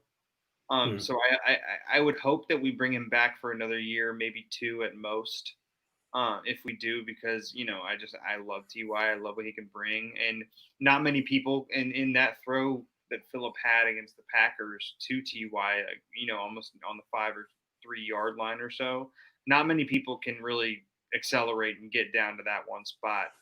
Yeah. Get to that ball that T.Y. could right there. And so I think what he brings, not only I keep bringing up leadership all the time.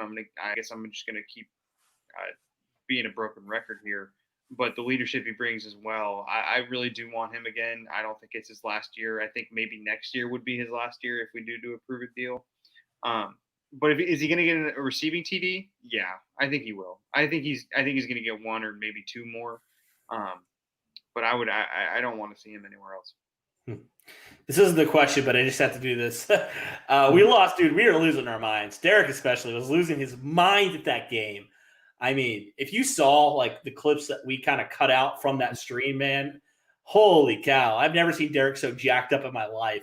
And that's saying something because Derek's a very energetic guy, a very, very colorful guy. So I was very happy with that. And people love those reactions, man. Those are so cool. I was feeling the same way. I think I speak for all of us when I say Derek's reaction was exactly how we were feeling throughout that game. I mean, good grief. It was up and down and up and down. And oh my goodness. 100%. And there was, I don't know if you saw online, if you heard, there was a little small clip after maybe the 4th or 5th hold that we had on the ending drive there of Nick Sirianni yelling, "What are you doing?" And like someone commented it as all of Colts Nation yelling, "What the hell is going on?" At the Yeah. It's like we were all collectively yelling what Nick Sirianni was yelling. So yeah, I was. Derek, by the way, man, when you first pulled out that, I mentioned this on the pregame stream, when you first pulled out that Nyheim Hines Detroit Lions touchdown that Derek did, I mean, like, man, he gets all into it, and he sounds just as good, if not better, than some of the other guys that are on TV doing it. So I mean, he sounds so much better than Joe Buck. Like Joe Buck's so boring. Derek is so energetic. Because I'm an old school guy, so I love Joe Buck. Okay. I understand what you mean. It is a little more exciting, especially for Colts fans, hearing it from Derek. Yeah. I mean, Derek's just more of a colorful personality, I think, which makes sense. Yeah. That was a crazy game. So talk about power rankings. The Colts were in some power rankings this week. The lowest I saw them was 10. I'm assuming that's the one he's talking about. 5 spots behind the Packers. They were at 10. The Packers were at 5. Yeah, I still think the Colts are being slept on a little bit. I know they were up as high as 4 in one of the polls. So some people are respecting them. Some people are continuing to disrespect them. I'm kind of at the point where I'm like, let them disrespect us. They've done it all year. And we'll just continue to prove them wrong. Like, that's just what we're going to do. We've done it all year. We'll do it again. Yeah, no, I wholeheartedly agree. I did see like CBS Sports, I think, put us at 4. A couple of the people did start saying, okay, stop sleeping on the Colts and all this different stuff. But it does kind of get me motivated, like how Darius Leonard does, seeing how the Packers moved from 3 to 4 and we only moved to like 10 or something like that. You know, it's like, okay, cool. And the Titans are like still like up above us because of Derrick Henry and their overtime win or something like that. It's like, okay, cool. We'll just see you next week. Yeah, seriously. Hey, Titan Anderson's in here. What's up, man? Thanks for tuning in. Titans fan. Appreciate the kind words, man. We'll definitely have to collab here. Just let us know. Just message myself or Derek or the podcast, and we'll figure that out. All right, let's keep going. All right, let's keep rolling here. And there's some negative people in here, man. I hate that. I hate that sometimes. It happens. People claiming to be Colts fans. Like, you're not a Colts fan if you're saying this crap. What are they saying? They're like, we suck. We're going to lose to the Titans. We're not going to go to the Super Bowl with Rivers. Just stuff like that. It's just like, just chill. Don't even think like that. I mean, I get it if it's like a bad season and we're clearly not that, not going anywhere with like a 2012 Andrew Luck season. But come on, man. Right. The way the NFL plays, the way that everyone plays outside of maybe the Jets and the NFC East, anyone can win any game. Yep. I think the way that it's a professional league for a reason, and these guys are getting paid millions of dollars for it. So yeah. Yeah. One person we didn't talk about was Kyle Trask, quarterback from Florida.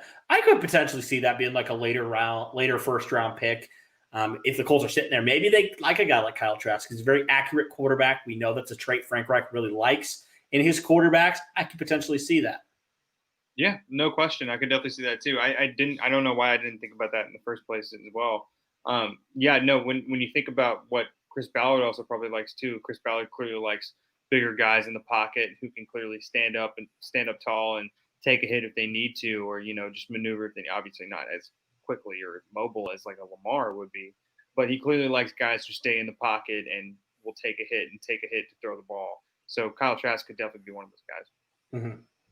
Yeah, for sure. And if I didn't get to your question, send it again. Sometimes this comment thing is just weird where it doesn't allow me to go back a certain amount. So if I missed your question, I apologize. All right. Another question here. Do you think the Colts can get a 3 seed or higher? I think 3 seed is probably where they should shoot for right now. I mean, the other two teams are 9-1 and 10-0 at this point. It'd be hard to catch up to number 2 and number 1 seed, but I think number 3 seed is very achievable with Buffalo right there, same record. So I think number 3 seed's probably reality, number 3 or 4. But if they were somehow able, to get up to the number 2 seed, that would be amazing. But regardless, if they can hold on, they're going to get home field advantage for a wild card game. So that's going to be big for them moving forward. They've been really good at home so far this year. Mm-hmm. Yeah, no question. I mean, Kansas City and the Steelers are just kind of on a whole nother level right now. So we'll see what happens. Yep. So some of these questions are a little bit similar, but left tackle or edge first. So if you're choosing between left tackle and edge, where are you going? Okay, so we did sign Costanzo to 2 years, right? Yeah. Was that then I would go edge. Because Costanzo is clearly a veteran. He hasn't really played as well as he could have this year. I don't know if it's barring injuries or barring just old age or different things like that, or just schemes on the defensive side of the ball. But I think if we were to know that Costanzo was healthy and know that he's back, I think we'd go edge first, mainly because of Chris Ballard and the way he loves doing what he does on the D line. But if Costanzo leaves, then I would say left tackle. Yeah, it's such a toss-up for me. Like, I think left tackle definitely needs to be addressed soon. But you're right. Like, it's also like if you have like 2 guys, left tackle and a defensive end, an edge guy, and you like them both, I'd probably go edge, like you said, because we have Costanzo. He's still a really good tackle. He struggled a little bit this year, but he's starting to come around. So that's good to see. But I definitely think left tackle is a huge priority, and the Colts need to address it somehow. But that's a what if at this point. Yeah. Both of these are premium positions. So either of them I'd be okay with. Yeah, same here. Okay. Yeah. All right. Man, there's just a lot of statements in here, not a lot of questions. I'm sure they're going nuts. So Liberty, above all, says left tackle in the third round would be a good pick. That'd be interesting. For sure. I need to Maybe. definitely do more scouting on different draft picks and different things like that before I really get in depth on what I think we need. Plus, obviously, the season's not over. Who knows who's going to get injured? Who knows what's going to happen? So we'll have to wait and see. But left tackle, D end, and receiver for me, and QB. Those are the number 4 or the top 4. Yeah, I definitely agree. How did the Titans lose to the Bengals? Good question. I mean, the Bengals with Joe Burrow, they aren't a joke. Like, their record wasn't great, but like Joe Burrow's a good quarterback, and they have some talent, like with their wide receivers especially. And Joe Mixon was healthy at that point. I mean, yeah, it can happen. Like you said, any week, any day of the week, you can lose in the NFL to any team, except maybe the Jets. But right. Well, we did lose to the Jags in week 1. So it does happen. Bengals though, without Joe Burrow, that's going to be tough. Yeah. Oh wow, I did not see this. Darius Leonard's car got stolen. That's crazy. What? I didn't see that. That's wild. I didn't see that at all. Holy cow. Oh, my God. Wow. I'm sorry. If you want to come talk to us about that event, we can. I'm just kidding. But no, we'll help find it. God, I hate that. It happens to, the best people, too. Like, do you remember when he was pulled over on the side of the road on South Carolina and was helping, his old science teacher just fix her tire? Yeah. He's such a class act, man. I love Darius. I love Darius with all my heart. Yeah. Yeah, he's definitely a really amazing person and a great player, obviously. Oh, yeah, just outside of football. Yeah. All right. Oh, this is an interesting question. I've never heard this question before. Malik Hooker to strong safety. Well, if you're strong safety, you got to be able to tackle, and that's one of Malik Hooker's question marks. I'll ask this question. Do you think, if you were Chris Ballard, would you re-sign Malik Hooker this offseason? No, probably not. I like Malik, I really do, but clearly Julian Blackmon is a lot better than him. And if we want to move him to strong safety, the only reason why I would ever do that is if Kari Willis got hurt. Like Kari Willis is really good strong safety for us, especially with the way that we play our defense. He could be moved to strong safety, but I don't even think we'd resign him at this point. Skies says Reich's play calling with 2 minutes left was scary. Why would we pass instead of making them burn a timeout? I mean, I think first off, all the freaking holding penalties didn't help. They tried to run the ball, and you held 5 or 6 times in a row, and it's 3rd and 30 at that point. Like, why not try to pick up some yards and pin them back a little bit more? No, at that point, I agree with you 100%. We had to throw the ball to Nyheim to get that 4th down, which was a great play call in the first place because Nyheim can literally. I mean, it was against Jair Alexander. He could route run against anyone. So I think that was a good idea for sure. And you were right, man.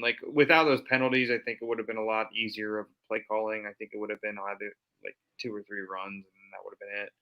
And so it was just such an unfortunate thing, and it was clearly that the refs in the NFL wanted the Packers to at least try to come back, which they did. But of course, our rookie of the year decided to say no. So yes. I wouldn't really blame Frank Reich for that, honestly. Yeah, I mean, Jonathan Taylor had a touchdown, and then it got a holding call. So it could have been a whole different thing there. If the Colts just shot themselves in the foot, and it was holding, for some people were saying they weren't holding. It was just very sloppy play from that offensive line in that, within that minute. So yeah, definitely agree. Okay, Logan, we already talked about T.Y. Hilton being re-signed. We think maybe on a prove it deal type of thing. Peyton asks, does Malik Hooker get traded? I don't think he can be traded because his contract's up after this year, so he'll just be a free agent. And I don't think they're going to re-sign him, at least at this point. Unless what if Malik Hooker kind of has a change of heart and is just I want to prove myself. I want to take a team-friendly deal. I don't know. Maybe. But I don't know if he's going to do that. I don't see why he would, because I think there are a lot of defenses in the league who could use someone like Malik Hooker. He's not a bad player. Like if he made some great plays, he also made some kind of not very smart mistakes. It could just be the defense that we play. Like we saw Quincy Wilson, how like he would sometimes be really good in man, and then of course whenever we were playing cover 2 or anything like that, he would just get torched constantly. And so it could just be the scheme. And it could be the way that he plays the football or plays the deep ball or different things like that. If he were to take a team deal, I would be totally fine with it. I would love to have him on the bench, have him on depth situations, but I don't want to mess up with our 2 starting safeties. So he could get traded. He could get assigned like prove it 1 year prove it deal. But I think a lot of other defenses probably could use him. Is it TJ Carey or Corey Willis is our strong safety? Right. Yeah, just to answer that question. And the backup would be Tavon Wilson or George Odom, just in case you're wondering. TJ and Isaiah are our backup corners. Usually. Yeah. Yeah, Greg, you talked about Darius Leonard getting his car broke into. That's crazy. So crazy. Yeah. We need Ty Freifogel. Ty Freifogel. Where have I heard that name before again? He's a college guy. I think he's in Indiana. Maybe I'm wrong there. Somebody's got to let me know. See, I don't follow college football that much, so I don't know all these names. Oh, yeah, he's a Hoosier. Oh, yeah, he's a Hoosier. Yep. Okay. Yep. He's a receiver for the Hoosiers. Okay, yeah. Then if he's a receiver and he's playing well, then yeah, I will take him. No question. Yeah, me too. Too. I told Cody, it's like I will take all the receivers I can get. Yeah, seriously. I think that's a fair question. He only played 10 snaps. He was very much on a pitch count. So we'll definitely hopefully see his snap count go up a little bit as he continues to get more acclimated back to the game. Mm-hmm. Yeah, no question. He just needs to get time back in there. Like I mentioned beforehand, game speed's a whole lot different than practice speed. So I'm not worried about him at all. Yeah, he's also asking about record prediction. I'm staying with 11-5. Michael's staying with 10-6. Mm-hmm. Okay, it's an interesting question. Roof open or roof closed? I'm a roof closed type of guy because it screws with film. It screws with other things. I'm not a big fan of it, honestly. I don't know if you're kind of that way or if you think anything different. No, I'm the same way. I'm a much more of a roof closed kind of guy. Okay. I mean, the fact that T.Y. dropped that one ball against the Bengals or the Viking, I can't remember exactly. I know it was early on. But, that's – T.Y. will blame it on himself because T.Y. is a good guy. But that was clearly the son. Yeah, for sure. Deshaun Watson to Indy. Well, didn't Watson just get re-signed recently? Oh, my God. There's no chance. If Bill O'Brien was still there, then maybe we would have a chance because of his incompetence. But I do not think we will ever be able to get Deshaun Watson or Mahomes or anyone like that. Obviously. No, I don't think so either. Oh, gosh, I mean, our own Watson. If any of these guys become free agents, you go after them, no doubt. But that's not going to happen. Let's be real. Like they're 2 premium guys at premium positions. Out of those 2, I think I would go Myles Garrett first, just because we have DeForest Buckner in there at the 3 technique and everything like that. But Aaron Donald also runs like the 3-4 3 technique, or he's over 3-4 defensive ends. Yeah. So it's a little bit of a different scheme. You're right. But so I would probably go Myles Garrett just for the speed. Yeah, I mean, yeah. Either of these guys, you can put them anywhere. They're going to be disruptive. You can put them at safety and Garrett back there being an all-pro. Right. Yeah, I mean, I think would you draft a quarterback day 1 or day 2, even with Jacob Eason? I probably would. Mm-hmm. Yeah. If Rivers isn't re-signed, Yeah, if we, like I mentioned beforehand, if Ballard has his guy, go for your guy. No question. I mean, he hasn't been wrong since.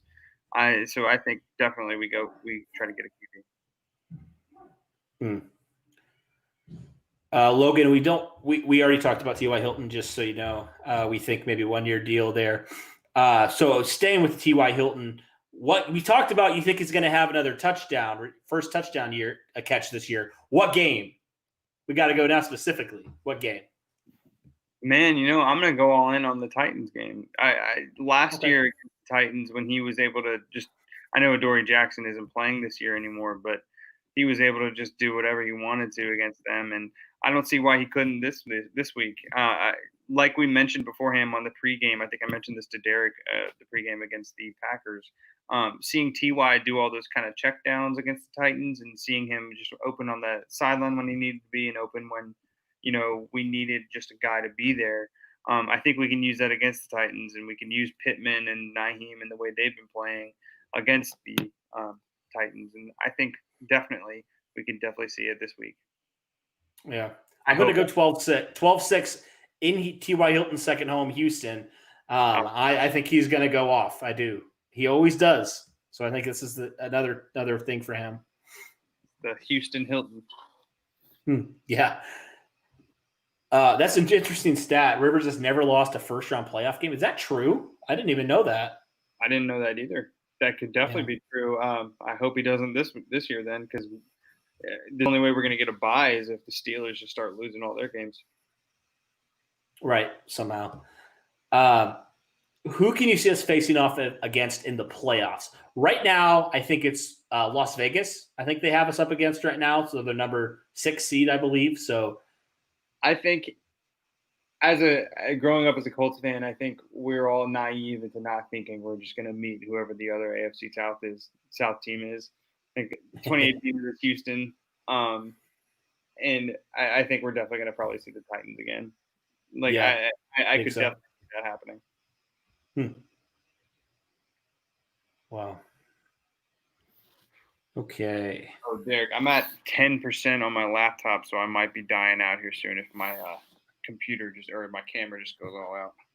Oh, you're good. We can wrap it up here. We've been going for almost 2 hours. We can wrap it up at we're about 4 minutes away from 8:15, so we can just wrap it up at 8:15. We've been going for a while. Thanks everybody for tuning in. This has been a lot of fun. For sure. Reese asked the question: biggest key to the win against the Titans? What's your number one key? Number one key, I mentioned it beforehand. We need to stop Jonnu Smith. I know Derrick Henry. I know A.J. Brown. We know Ryan Tannehill. I think we really need to make sure that we do not give up that third option or give up that, the middle of the field like I've constantly been harping about.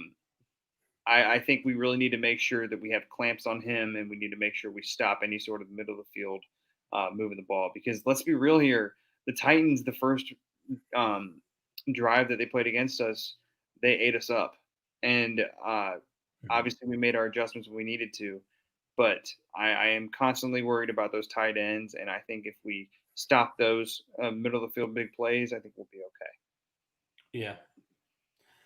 I would probably say stopping, do what you did against the wide receivers the first game. I mean, neither of them did anything, Corey Davis or A.J. Brown. So just don't let them do what the Ravens let them do. Mm-hmm. Just contain them like you did. Xavier Rhodes, Rock Ya-Sin, all those guys, contain them.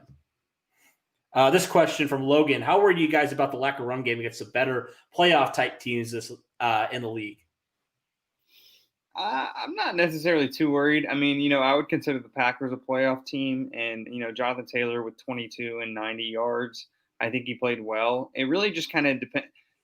Our run game, man, it's so weird because there are some games where our backs are all running for over 100 combined, or there are also some games where Phillips throwing for 40 or 50 different attempts. I don't think it's necessarily a lack of run game that we have. I think it's more just the way we're playing now, because last year Jacoby couldn't really open the ball up or open the field up like Phillip can. And like we've all been mentioning beforehand, Phillip's been throwing it to 8 or 9 different guys every game. And so I just don't think we're necessarily running as much as we did last year. So I'm not really worried. Brady asked the question: if the Colts do draft a wide receiver, would you rather have a slot fast guy like Rondale Moore, or a bigger receiver like Devontae Smith or Rashad Bateman? So what's your thoughts here? Definitely a fast slot guy. I think, Pittman Jr. is going to be a great number one, hopefully, for the future that we have, and he's obviously huge. We'll see what happens with Patman and how he develops and how Pascal can keep going as well. But I mean, you can never get enough Henry Ruggs. You can never get enough little Tyreek Hills running out there. DeMichael Harris is running out there. So I would love to have Rondale Moore. Yeah, I definitely get that. Okay, interesting question here. Well, this will probably be our last one. Ravens or Steelers on Thursday? Non-Colts question to end us off here. I kind of hope the Steelers keep going on their like little tear of the AFC North, because if we have to go to the wild card and we have to meet the Ravens in the wild card round, they're going to beat us because of that tiebreaker. So as far as I'm concerned, keep sending the Ravens to the dirt. So keep sending them home. I'll go Steelers. See, I always want to root for the underdog. So I'm going to go Ravens, actually. Because, I mean, we still will have home field advantage, regardless if we face the Ravens or not, because if we win our division, that is. So if we continue to hang on, I'm all for, I don't know. I want those top teams to be a little bit knocked down, because it gives the Colts a better chance potentially at a better seed. So I'm always rooting against them. Right. But sweet. All right. Well, that'll do it for our Q&A. 2 hours of Colts Q&A with you guys. Hope you enjoyed it. Thank you, everybody who tuned in. If you haven't already, be sure to hit the like on the stream. Be sure to subscribe to us as well. This was a lot of fun, man. We had a lot of people in here. I know I enjoyed myself. Hope you did as well. I enjoyed it, man. I really did. Me too, man. Thanks for having me on. And go Blue, guys. Let's go. We're having a great week. Great Thanksgiving. Enjoy some football on Thursday and get ready for anxiety on Sunday. Like always, yep. All right, thanks, guys, so much. For Michael, myself, and as always, go Colts. Go Blue.